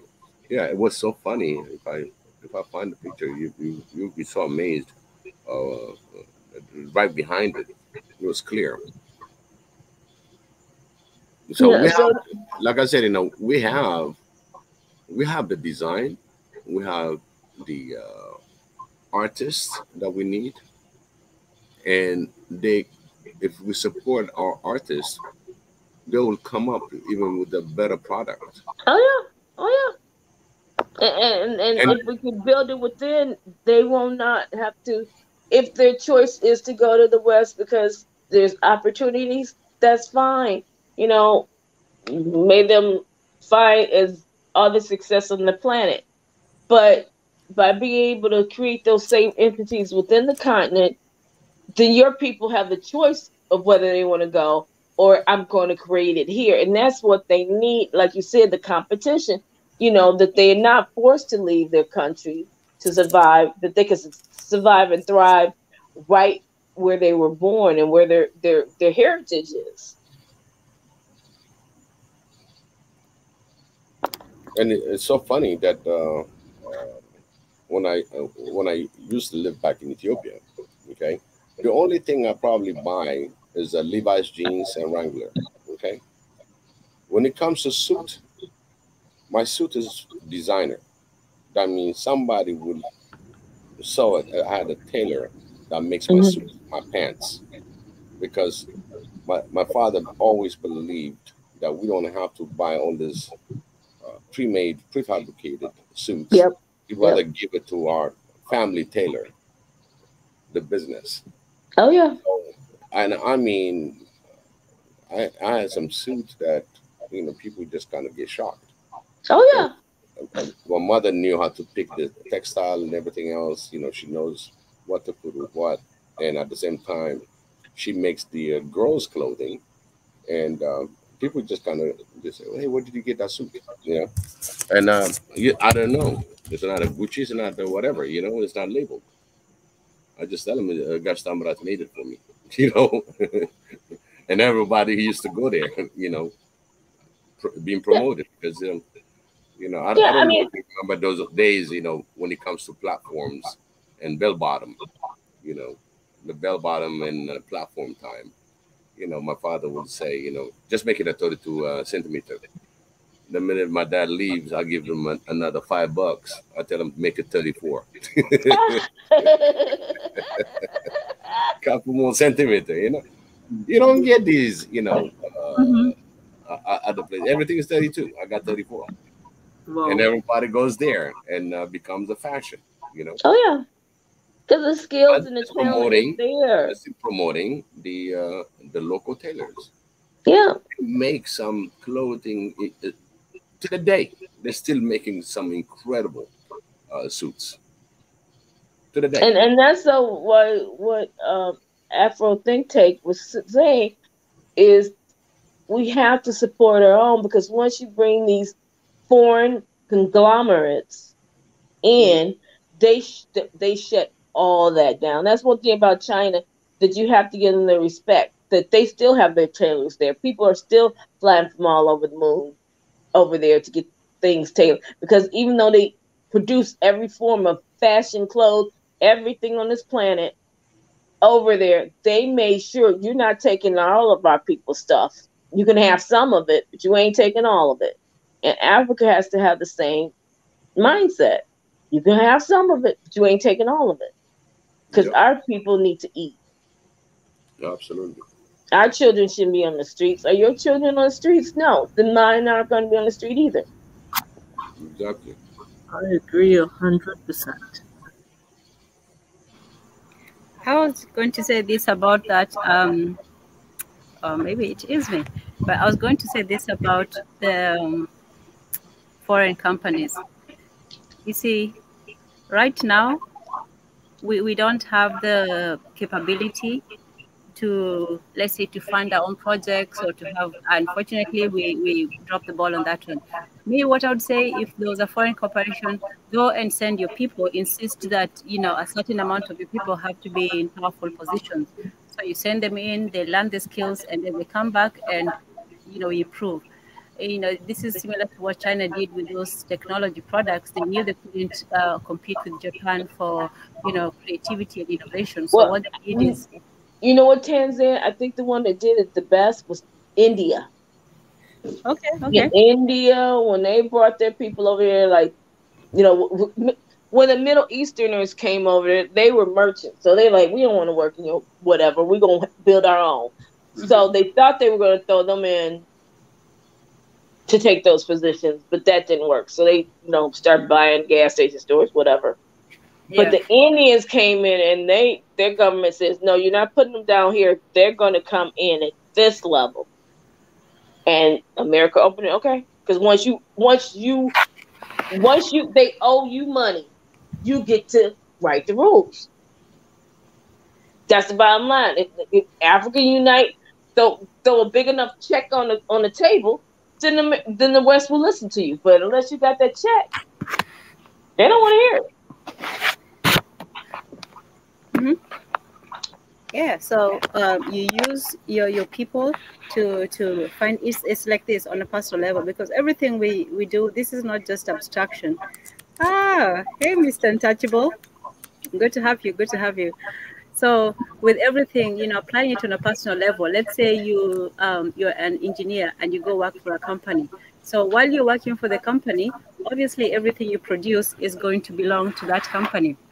But at the same time, you're also privy to a lot of things that other people have produced. So while you're there, while you're giving, you're also supposed to be taking and learning and seeing how you can use the information for your own benefit, your own personal or professional benefit. If it's improving your skills and getting a better job or position, that's what you should do. If it's taking your skills and then starting your own business, that's what you should do. But you shouldn't just be somewhere and saying, okay, well, this is the deal, that's all I have, and just sit back. So same thing with African countries. You don't just, if you don't have the infrastructure and the manpower, you send your people and they learn it, and then they come back and you try to recreate it, even if it's on a smaller scale, but you try to do it. You're saying with India did as well as that. They trained their scientists mostly abroad, and they also had their own universities, but they created their own small version of, their, nuclear weapons. And then after that, Pakistan saw India was doing it, and they also started doing it, Iran and so on. But even if you are still, doing something, you're still working towards something. So we have not really taken advantage of the people, those so-called invaders in our land. We have not taken, because we let them have everything and we get nothing, even if it's to go and get the knowledge, the information, and then you come back, but you go in with a vision and a purpose to bring it back, not just to go and be comfortable. So, yeah. Absolutely, Tan Zan. And I think that's where, the problem when you do get here, you have to stay on purpose and understand that your purpose is to go back and make a difference, because you could easily get lost in the rat race and lose focus. And it's, for us here, it's So like such easily, the so life of our easily. dream. Let me tell you how easy it is when people tell you, oh, why don't you go back? Why don't you go back? I'm like, you don't think we're trying to? You guys can't even leave. You're telling us to go back. It's, yeah, that rat race thing, yeah, it'll get you. So, yeah, go ahead. Oh, no, you're good. So you always have to remain focused, and that's why I, was sort of harping on the consumerism. They know once they got you in debt, they got you. Those cards and that buying stuff, you don't have any excess money because it's going all to these things. And right now we're dealing with inflation. So that's sucking up what little money you have. So it's just everyday survival is sucking up everything. So you have to remain united, stay with your people who have like mind, and not lose that focus. Because, you know, once you're in the West will, lull you to sleep like a lullaby. Why do you think most of the Disney movies have, oh, she bit the poison apple and fell asleep? Oh wait, what happened to Snow White on the seventh day? Oh, she fell asleep too. Every because they try to get everybody asleep and in a dream state so they can continue to exploit you. Yeah, what one of the things that Tanzan, I was saying, I was going to share, what it looks like on a small boutique where they were. So I just got a little snap. If Do you mind if I share? Go ahead, Biggie. Yeah, let me show you something. Wow, You see you that? that's beautiful. That's What kind you of know, oh wow. and then you got handmade. you know, bracelets and stuff like that. And this is a local boutique. If you see the coffee pot at the bottom, right here. See, now that's competition. Yeah, Yes. that's what I'm saying. Yeah. Choosing the most favorable. You're saying, look, yeah, Yep. get this right now. It is so funny that when I looked at it, I'm like, wait a minute, Mika, you know, you're really in an African boutique. Yeah, he said. My wife said, yeah, everything is handmade and they make it there. Those some So beautiful leathers. Oh my yeah, goodness. yeah, And how good they leather. dyed it and everything. But then Yeah. what else did they say? Most of the leathers for all these purses are coming from where? The continent. So you Hmm. got everything there. Yep. So should we even be surprised by any of this? Yeah. Because it's just natural. Yeah. We got tanneries and everything else. So Yeah, so y'all need to start getting some little websites up there so us folks over here in Neverland can at least get something. What, y'all yep. need to send us all that money Even if you're it's in the making up in keychain. this place. Huh? Hmm. Y'all need to send us all that money you are making up in this place. Mm. Yeah. Send us those dollars, dollar, y'all. Yeah. Yes. You know, that was risky business. He said, "Show me the money. Yup, that's it. Show Just me the make it money." rain. Make it rain, BJ. Make it rain. Yes. Yes. You see, these are the things. I've seen another African boutique somewhere in Maryland, and it's a little bit mixed, but it's an African. But my lord, people just. I even bought few clothing for my daughters, and it was just amazing. I just said, you know what, she's a little bit too far, but every time I go there, I pick something, and she needs to be supported. She promotes all the African clothing, authentic, and they they're fairly okay price wise, but at least she's promoting it. You know, I'm helping every time that she's bringing something. She's helping another African, Oh and yes. these are the things that even we have online. Again, if we network like that, we promote each other, then eventually we're going to be out there to be able to do an expo, to make some fashion shows or different other products that the countries produce. That's how we can Because expose them. because the thing is, they didn't bring us over here just to pick cotton. They could got anybody to pick the cotton. There was craftsmen, there were blacksmiths, there were architects, there were engineers. That's who they brought over to these lands to Yep. build these countries. And somehow, 400 years later, we forgot our capabilities. Because now we know how to do is twerk and get BBLs, but that's a whole nother story. We need to But know it's who we just, are.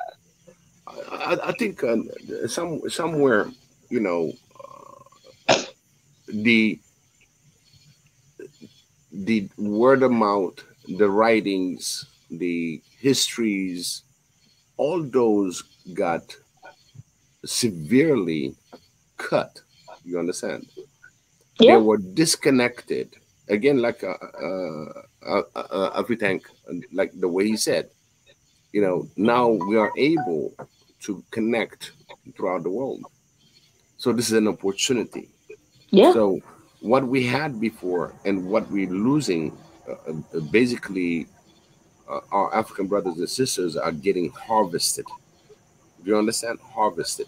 Yeah. For me, it's like it's an exodus, because there's always a flashy thing that's always shown. Hey, you go to America, you go to Europe, you go to here, you get this, you get that. All that, eventually, before he gets, let's say, a medical doctor, unless he's the top guy that they need, and they're going to sponsor him, which is official, but the guy that just flew in and you just want to put his asylum, whatever reason, what's going to happen for him is he's going to have to go and take his medical doctorate and convert it by taking exams in the local country. You understand? Yeah. If it is sharp enough, he'll pass. If not, he's going to be working on small jobs here and there, And by the time he get used to it, and he never go back to his medical field. I've seen Yeah, a lot of because Africans. and the debt on top of him is crushing him. I've seen a lot of Africans brothers. They are doctors, engineers, and they got their engineering degrees, their doctorate by driving cab. Now he been driving all his life and still got a degree. To get out of that job, it's a different routine now. You see what I mean? Yeah, yeah. And they have a lot of hard time. I have a great example when we went to engineering, uh, going to Paris on a major project, and I had this Iranian guy. He's brainy, top brain. But every time he comes to work, and then on weekend he just drive cabs, or after work he just drive cabs. And I would like, where's Sean? He's tired now. But again, he's brilliant. He knows what he's doing, and literally we hide his cab. We took his cab and hide it, and we got deployed to Paris, and he never found it. Then he said, "You guys are you're the guys. You're the guys. Yeah, whatever we are, this is where you're gonna concentrate." So, from his masterate, then he got his doctorate. Now he's fully into his field. He's got lucky because if it wasn't for another guy that referred him and brought him in, he wouldn't be. He would be driving cab, you know. But the opportunity again, even those that are here, that are driving cabs or working on different other industries, they're stuck with the system, and even though they got the degree and they don't have the connection, or it was hard for them. Internet is easy now. We just go online, you apply, you just get your interview and all that. But for those guys in the 90s and yeah, up to 2000, put it that way, 2000, it was not easy to access certain internet, and people got stuck with whatever that they were doing. It's a human psyche.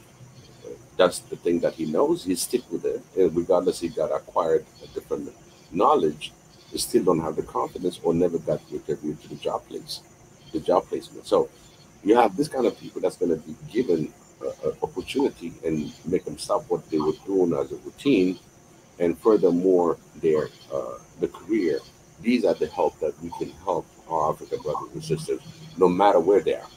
They can be in the country, they can be in the West, because a lot of them are just doing that. Some of them, of course, got paper issues. Uh, and some European country don't even have enough job to go around for their own citizen. Their own citizens are, jobless. So if you don't practice what you graduated with, how are you going to be fully a doctor that's going to be acceptable next time?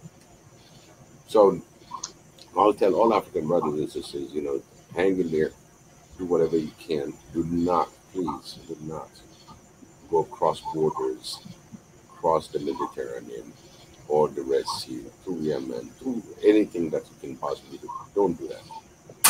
It's a high risk, and the risk is so outrageous, and the opportunity you think you're going to seek is not worth it, because whatever that you're going to join in is like a river.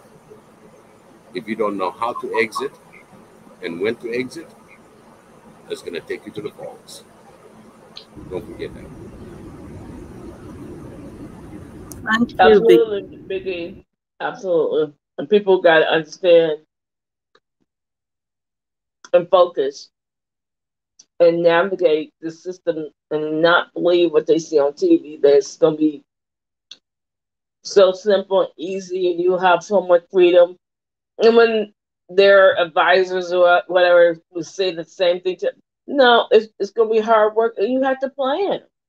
It was great that you guys did that for him, because if you hadn't have done it, he would have probably still be sitting up there driving those cabs. But you saw his capability. He knew that you guys believed in him.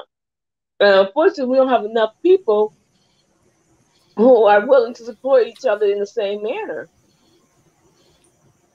Yeah. Oh, sorry, Tan Zan. This, No, this is no, no, no, no, all. no. You're all good. You're all good. I learn from these sessions. You know, sometimes it's I always ask, why do we do this? It's because we need it. We need to come together and talk and discuss, talk and listen and write, make jokes, all of that. So, no, I've been listening, and for me, it's this.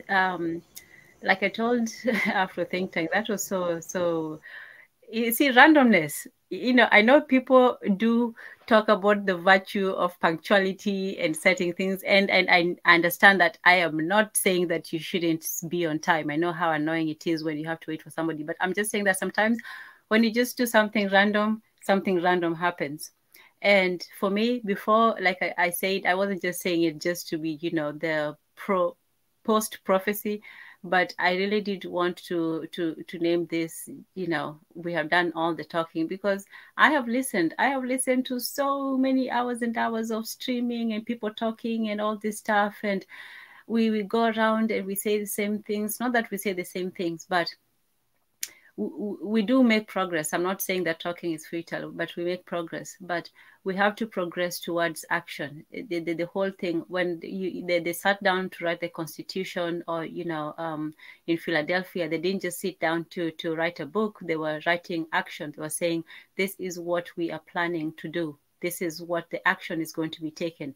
Yes, you can have, you know, the Constitution, the preamble, all those pretty words on paper, but this is the action that we're going to take. So we are working and building towards a true, you know, global Africa. Some people may not like the word Pan-African, whatever. If you've got hang-ups on it, you know, go see a therapist. But, you know, we're working towards, you know, uplifting our people everywhere that they may be. And that involves, you know, taking the time to listen to each other, taking the time to teach each other. And this is why this is important. But while we're doing that, we have to remember that the ultimate goal is to, once we have sufficiently gained that, you know, trust amongst each other, because that's something that we lost. That was a tragedy of this separation, that we lost trust in each other. When we look at each other, even when we look at ourselves, we lost trust in each other, and we lost esteem in ourselves, confidence in ourselves. So when we look at ourselves, we don't see ourselves as being able to compete in the world with other people. So we want to compete with each other. We want to, you know, be better than the other person that you think has a fair chance, because that's what competition is about, going against somebody you think you have a fair chance of winning. But if you think that somebody else is better than you, then your spirit of competition will be defeated, because you already know that you're going to lose. Not even believe it, but you know that you're going to lose. But if you go up against somebody who is like you think, oh, let me go and defeat and conquer and destroy this person, so I can feel temporarily that feeling of power and just being a winner for once. So we lost that trust. We lost the esteem. We lost, you know, that self-confidence. And it's time to build that up. It's time to build that up. And building it up involves doing things that lift somebody up, not just making them feel good about themselves. You know, if you're a man, for example, and you're trying to, you know, woo a woman, you're not just going to say, the one thing is you're going to say all those sweet, pretty, nice things like, oh, blah, blah, blah. But at the end of it, you still have a plan for action. You're saying, you know, I want to either, you know, be with you for a night, be with you for eternity, or be with you, see what happens and so on. But there's still a plan for it. The same thing with a woman. If you're entertaining somebody, there has to be a plan of action, and you're not just talking forever. So I really do like that we had a plan, not only with the, you know, Afro think tank, but also with Swahili Nation, having a plan to have a place. You know, the importance of having a place that people can actually physically, not to take this talking and actually, you know, have a place where people can do it physically, where we can meet and talk and laugh and be in each other company and say, I met so and so.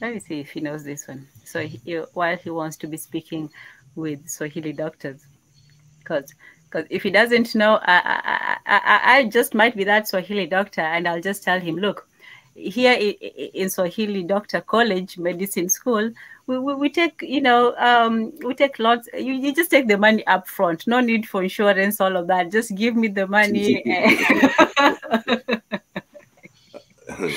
Asante sana. Asante sana. Yes. If you feel yourself getting worse, that means you're getting better.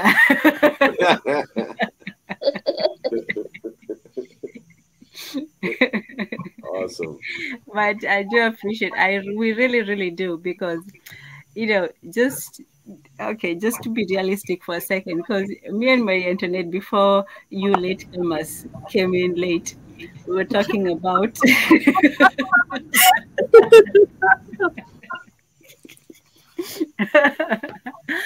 were talking Actually, about Rob gave me an idea. On the thing that we promote on Swahili Nation, we should put those dictionary available for sale. Say that again.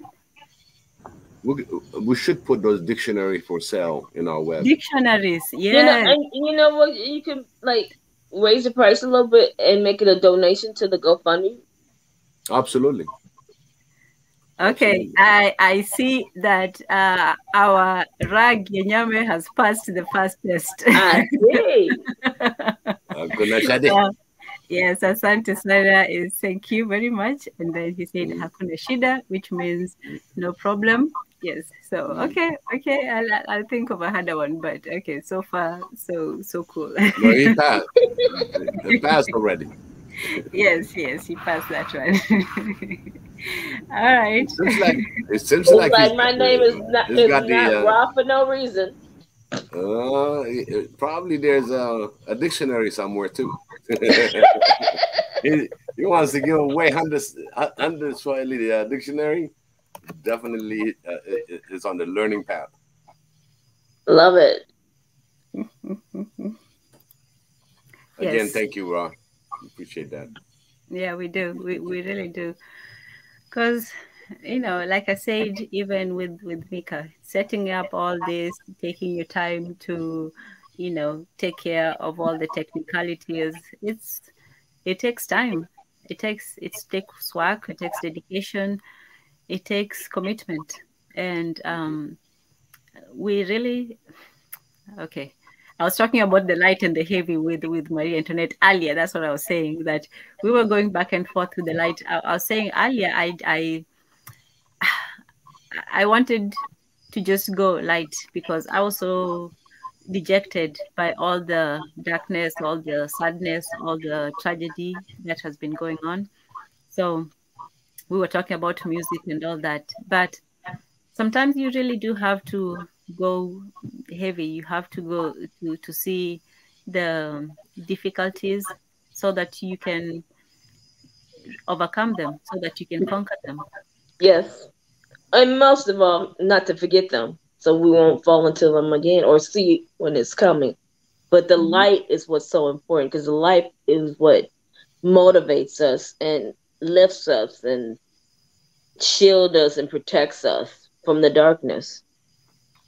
Mm-hmm. And so, like Afro Think Tank and Ra Genyame was saying, I gave Swahili dictionary books away to children for free in the US and when we were in South Africa. And that's great. It all comes down to the personal level of what you are going to do. And, the darkness is there, but I think this is one of the sources of light. This is one of the ways. And we can come and we can just talk. Sometimes we can have light even in the darkness. We can, talk about heavy things, but also we can have a plan for what we want to do. This is maybe this will just go down as YouTube history, because also this has gone through so many things. The things that we have now, we can't take for granted. We can't assume that this will always be here. There might be a time when we might not have access that we have right now. You know, things that we're given as privileges or rights can easily be taken away, you know, at the drop.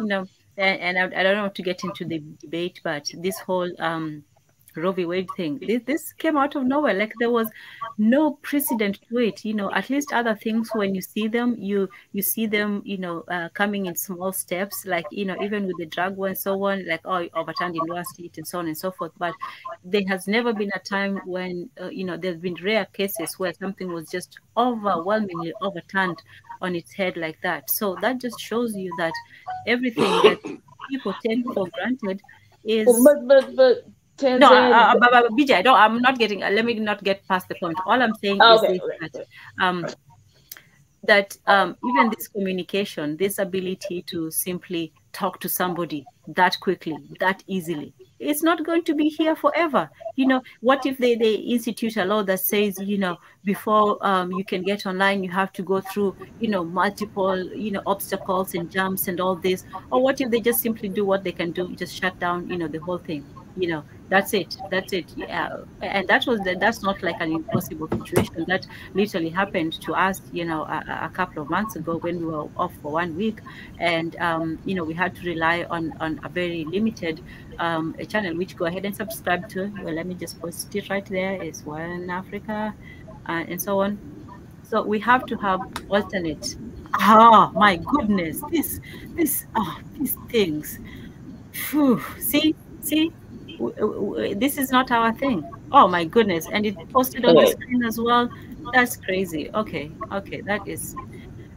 Oh man, see, it's like they just made the message clear. This is not ours. So we have to connect in other ways. This is just a means, and we have to use it as best as we can while we have it. But let's not think that this is all that there is, that we're just talking and that is it. We're making connections, we're creating networks, and then eventually we're going to get on the ground and actually do work. So with all this in mind, let's just remember that we have a vision, a plan, an aim, a place, you know, and a time frame. So yeah, that's all. Oh man, just went off on a, but yeah, it's not ours, but let's use it while we can and use it to the best of our abilities. Absolutely. Tan Zan, thank you for having me. I'm just about to bounce, as they Yeah, say. I know. Me too. And Me thank you too. so much for Thank taking you as this well, much time Biggie. for us. Really appreciate that. And family, on the comment, those that donated, uh, really shout out to you guys. And Rob, really your commitment about the Swahili Nation dictionary and the distribution. This is amazing.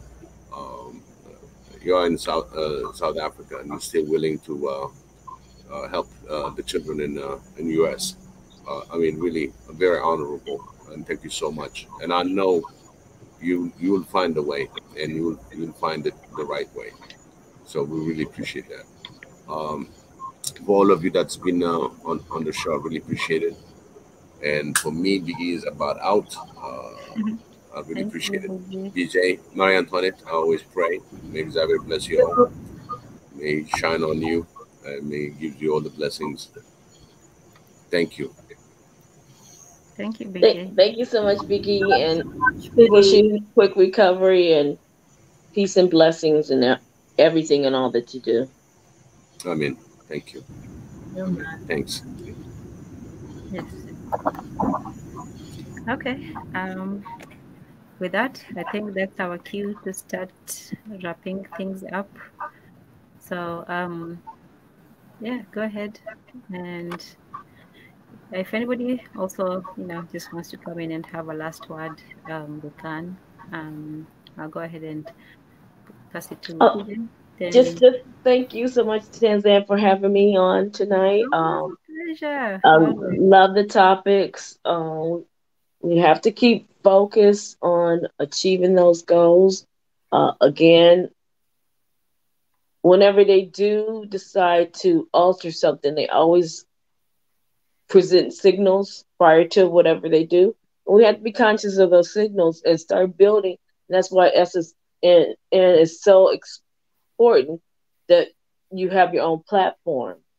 So if they decide to change the rules and you can't present anymore, you have your own. It's so important for us to have our own and not to be dependent upon the mercy of others. I think we fall into the trap a little bit too long, and we think that we can't do when we can do everything. So it's important to always keep focus on the end game and end goal, but at the same time to live, love, and laugh along the way, because there is a lot of beauty out there, and we all should appreciate every moment that we can bask in it. Thank you so much, you guys. Have a wonderful evening. Take care, Marie. Take it Oh, easy. Thank you, ladies. Yes. thank you, BJ. I'm sending a big virtual hug to everyone. Have a great I'm receiving it and giving back. Thank Yes, you. indeed. Thank you. So I'll see all of you tomorrow is education, right? Tomorrow's Wednesday. Yeah. Wednesday, yes, Wednesday is education with Professor Ezra. Thursday is potential with Dr. Ebenezer. Ebenezer. Friday is the recap with Pastor Ezra. Friday, Saturday is Big E with Diaspora Talk. And Sunday you. is Sunday Mondatezi. is also you, Tan Zan, isn't it? Oh yeah. Oh, Saturday. Saturday it's me. At It's me. 4 a.m. or 11. We'll see. We'll see. I'm actually very interested in seeing who shows up for that one, because that would be interesting. I'll be there. I may be a little late, but I'll be there. Yeah, we'll Because have.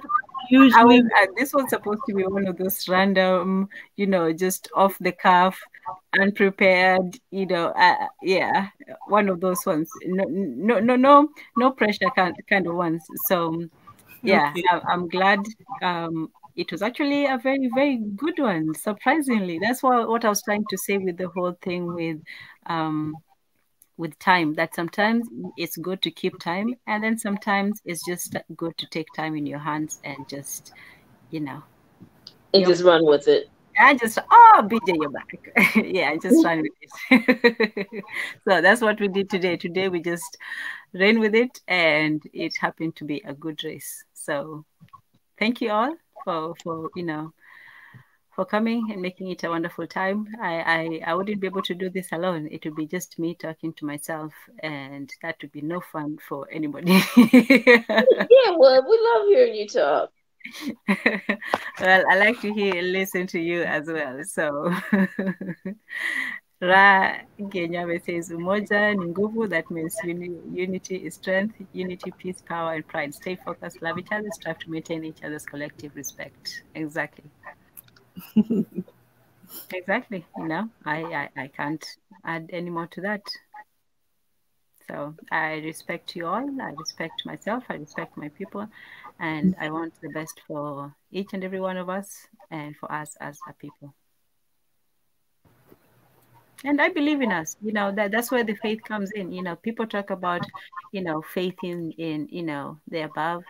I have faith in us as a people. And that's why I always say, with the ancestors, because I know that even though I don't know them, each and every one of them personally, I know that I'm here because of all those different interactions, all those, interactions between the men and the women that created every single person that came to be who I am right now. So I know I have ancestors. I know I have people, and I know that it goes far, far away. And even for the people who were taken, 400 years is nothing compared to, 200,000. I think it's even longer than that, but let's just stay 200,000 years of being in the same continent with the same people.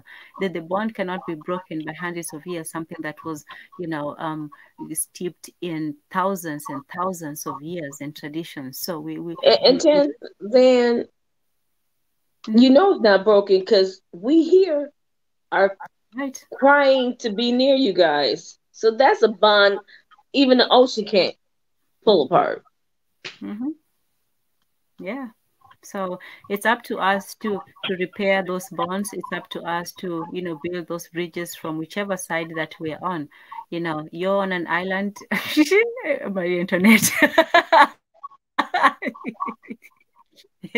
You have to build your island. Somebody's over there in Africa. They have to build their bridge over there. We all have to build our bridges from wherever we are.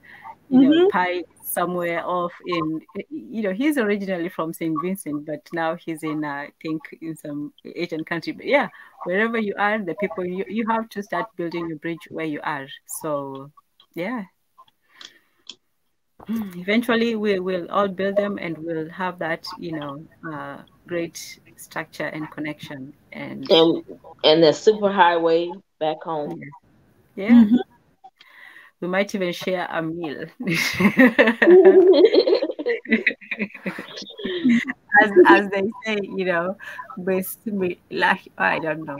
I just say, if and let me also say this before we close out. This is the reason why I always, pray to the ancestors instead of to any particular god. I don't feel that I am worthy to go in front of any god. I don't feel that I have what it takes. And people used to have intercessors. I'll just go with my first pronunciation. But people who prayed to them on their behalf, who interceded for them, to those, they may have been closer to, to the spirits, to spirituality, to whatever it is behind what we see. So I don't think that I have the confidence to say that I can call God up right now and he's going to pick up. But I know that our ancestors were in touch with that connection, that they were closer to whatever God, I don't even like to say that word, but whatever the creator was. I know that they knew. I don't, but I know that they knew. So I know that they're here, they're listening, they're guiding us, and they want us to learn. They want us to respect each other and ourselves. And I still believe in them, and I believe in us. And he believes in you, and that's why this is not going to end, but it's going to keep building and become everything that you guys and Mika has manifested to be. Yes. Yeah. All right. Wow. Yeah. I thought we were going to have it light, but it just became so heavy. But okay, I'll let everybody have their, last words, and then we will have our prayer and close out till the next time. Next time will be on Saturday in the middle of the night for those people in Americas. It will be 1 a.m. for me. It will be 4 a.m. for those on the East Coast. It will be 11 a.m. for East 4 African time. 4 a.m. in the morning. 4 a.m. in the morning, BJ. 4 a.m. in the morning. What does that mean? And let me just put it up there for everybody to see. Yes, there's all the time zones. Now I have them in my mind. When I think New York +3, when I think of East Africa +10, when I think of, those are the things important. So there you go. So Saturday, 11 a.m. for East Africa. It's 4 a.m. for New Yorkers and those on the East Coast. And it's 1 a.m. 1 a.m. So go get your partying done, because I might be in with spirit and it may meet you up at 8 o'clock. How about that? 4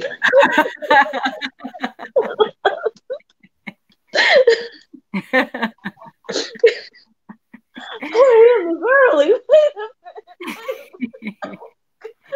Look, BJ, the best time to be awake and to create, and when you have your chakras in alignment, is at midnight.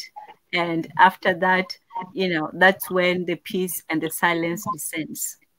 Yeah, and I'll be in peace and silence and sleep. You're absolutely right.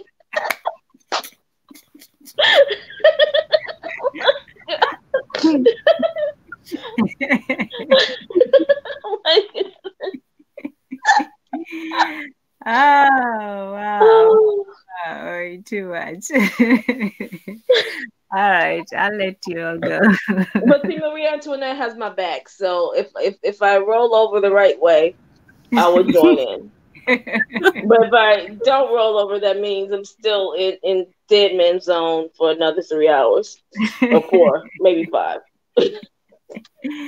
Okay, okay, we'll see who has the metal, the resilience.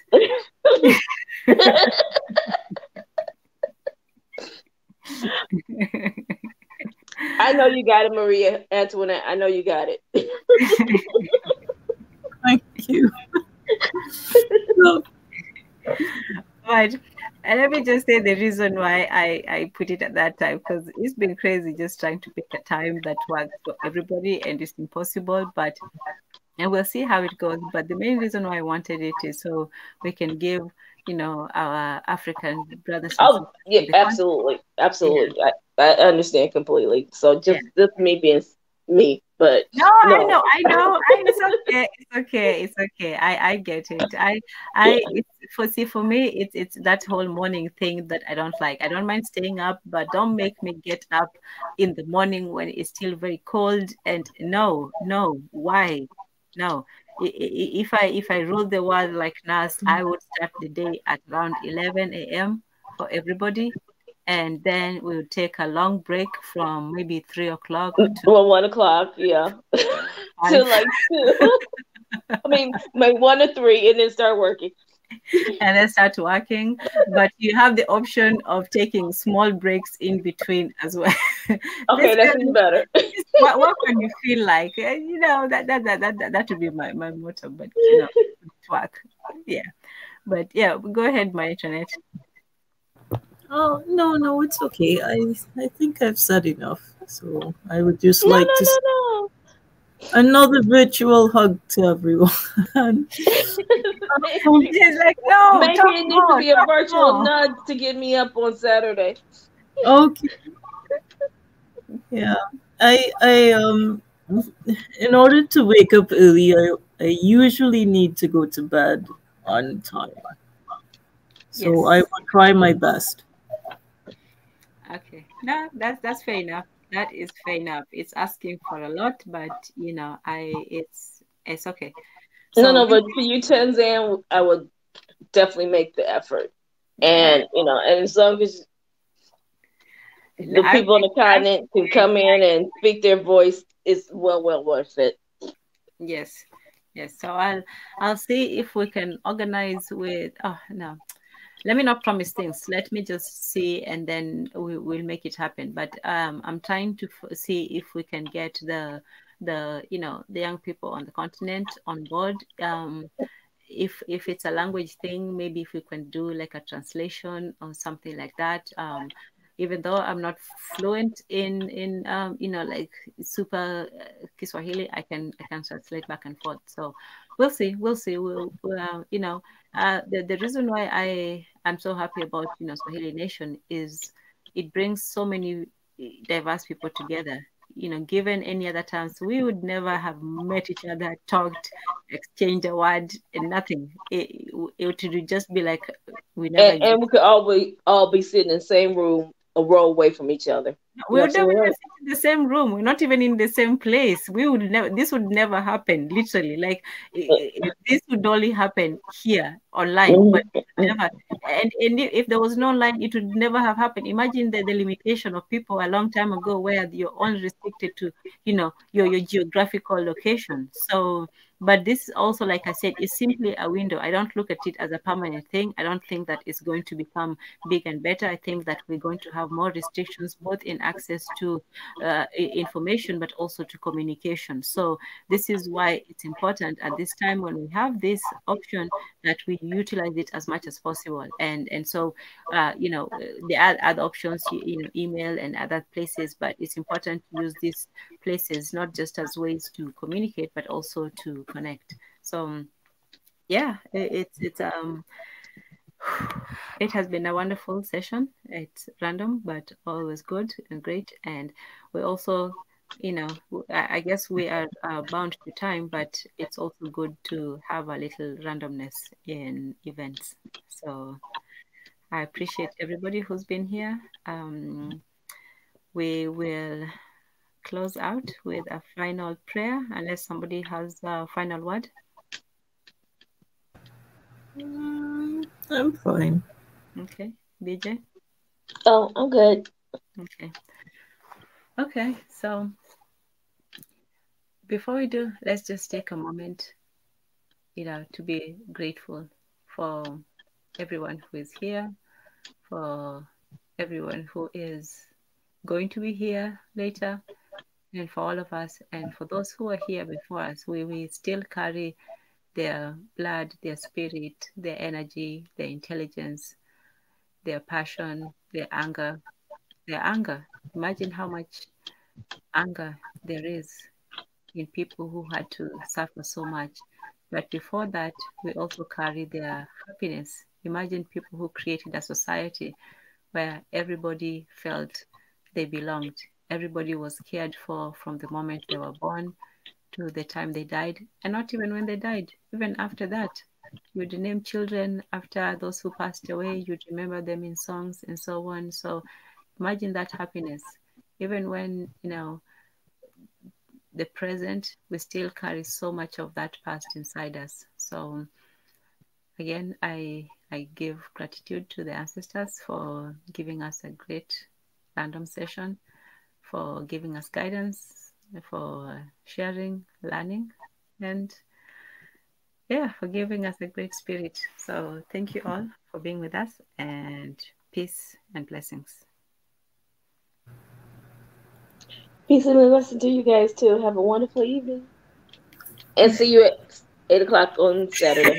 Wow. From light to heavy in a second. Okay. Look at me. I was trying to be all, serious and all that. And you just, okay, I'll let you have that one. Okay. Oh boy. Well, I hope on a light note, since you like a light note, I hope all the males who watch this stream later will see how amicably we have conducted this session. There was nothing dusty about the session. Nothing. Absolutely. Good banter and good humor. And good ideas. And excellent ideas. All right. It was an honor and a pleasure. Thank you all so much. Asante sana. Karibu tutaonana. Oh, yeah. And one more thing with Marie Antoinette. Mm-hmm. Has any of the dudes outdid Tan Zan 12 hours live stream? None of them have come even close to that. Just want to say. I think they have. Don't say that. I would. Nah, they haven't got more hours than you did. Close, but none more. I'll let you have it, but no, I think they have. They go on epic streams sometimes. They do. Oh yeah, they do, but they don't do no 9 and 10 hours. No, some of them do. No, there are times they really do. I go to bed and then I wake up and they're still going. But people fall asleep, wake up, go to work, come back, have babies, raise them up, and it's still going on.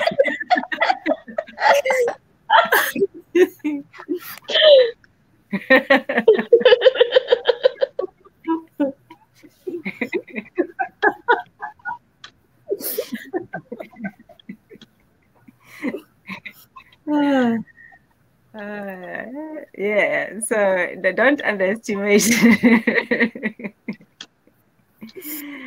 Yes, but okay. Well, since we have already, said our goodbyes and our prayers and acceptations, like some said, have a good one, you all, and indeed, peace, power, blessings. Always. Take care. Bye, Sam. Bye. Bye-bye. Take care, everybody. All right. Okay.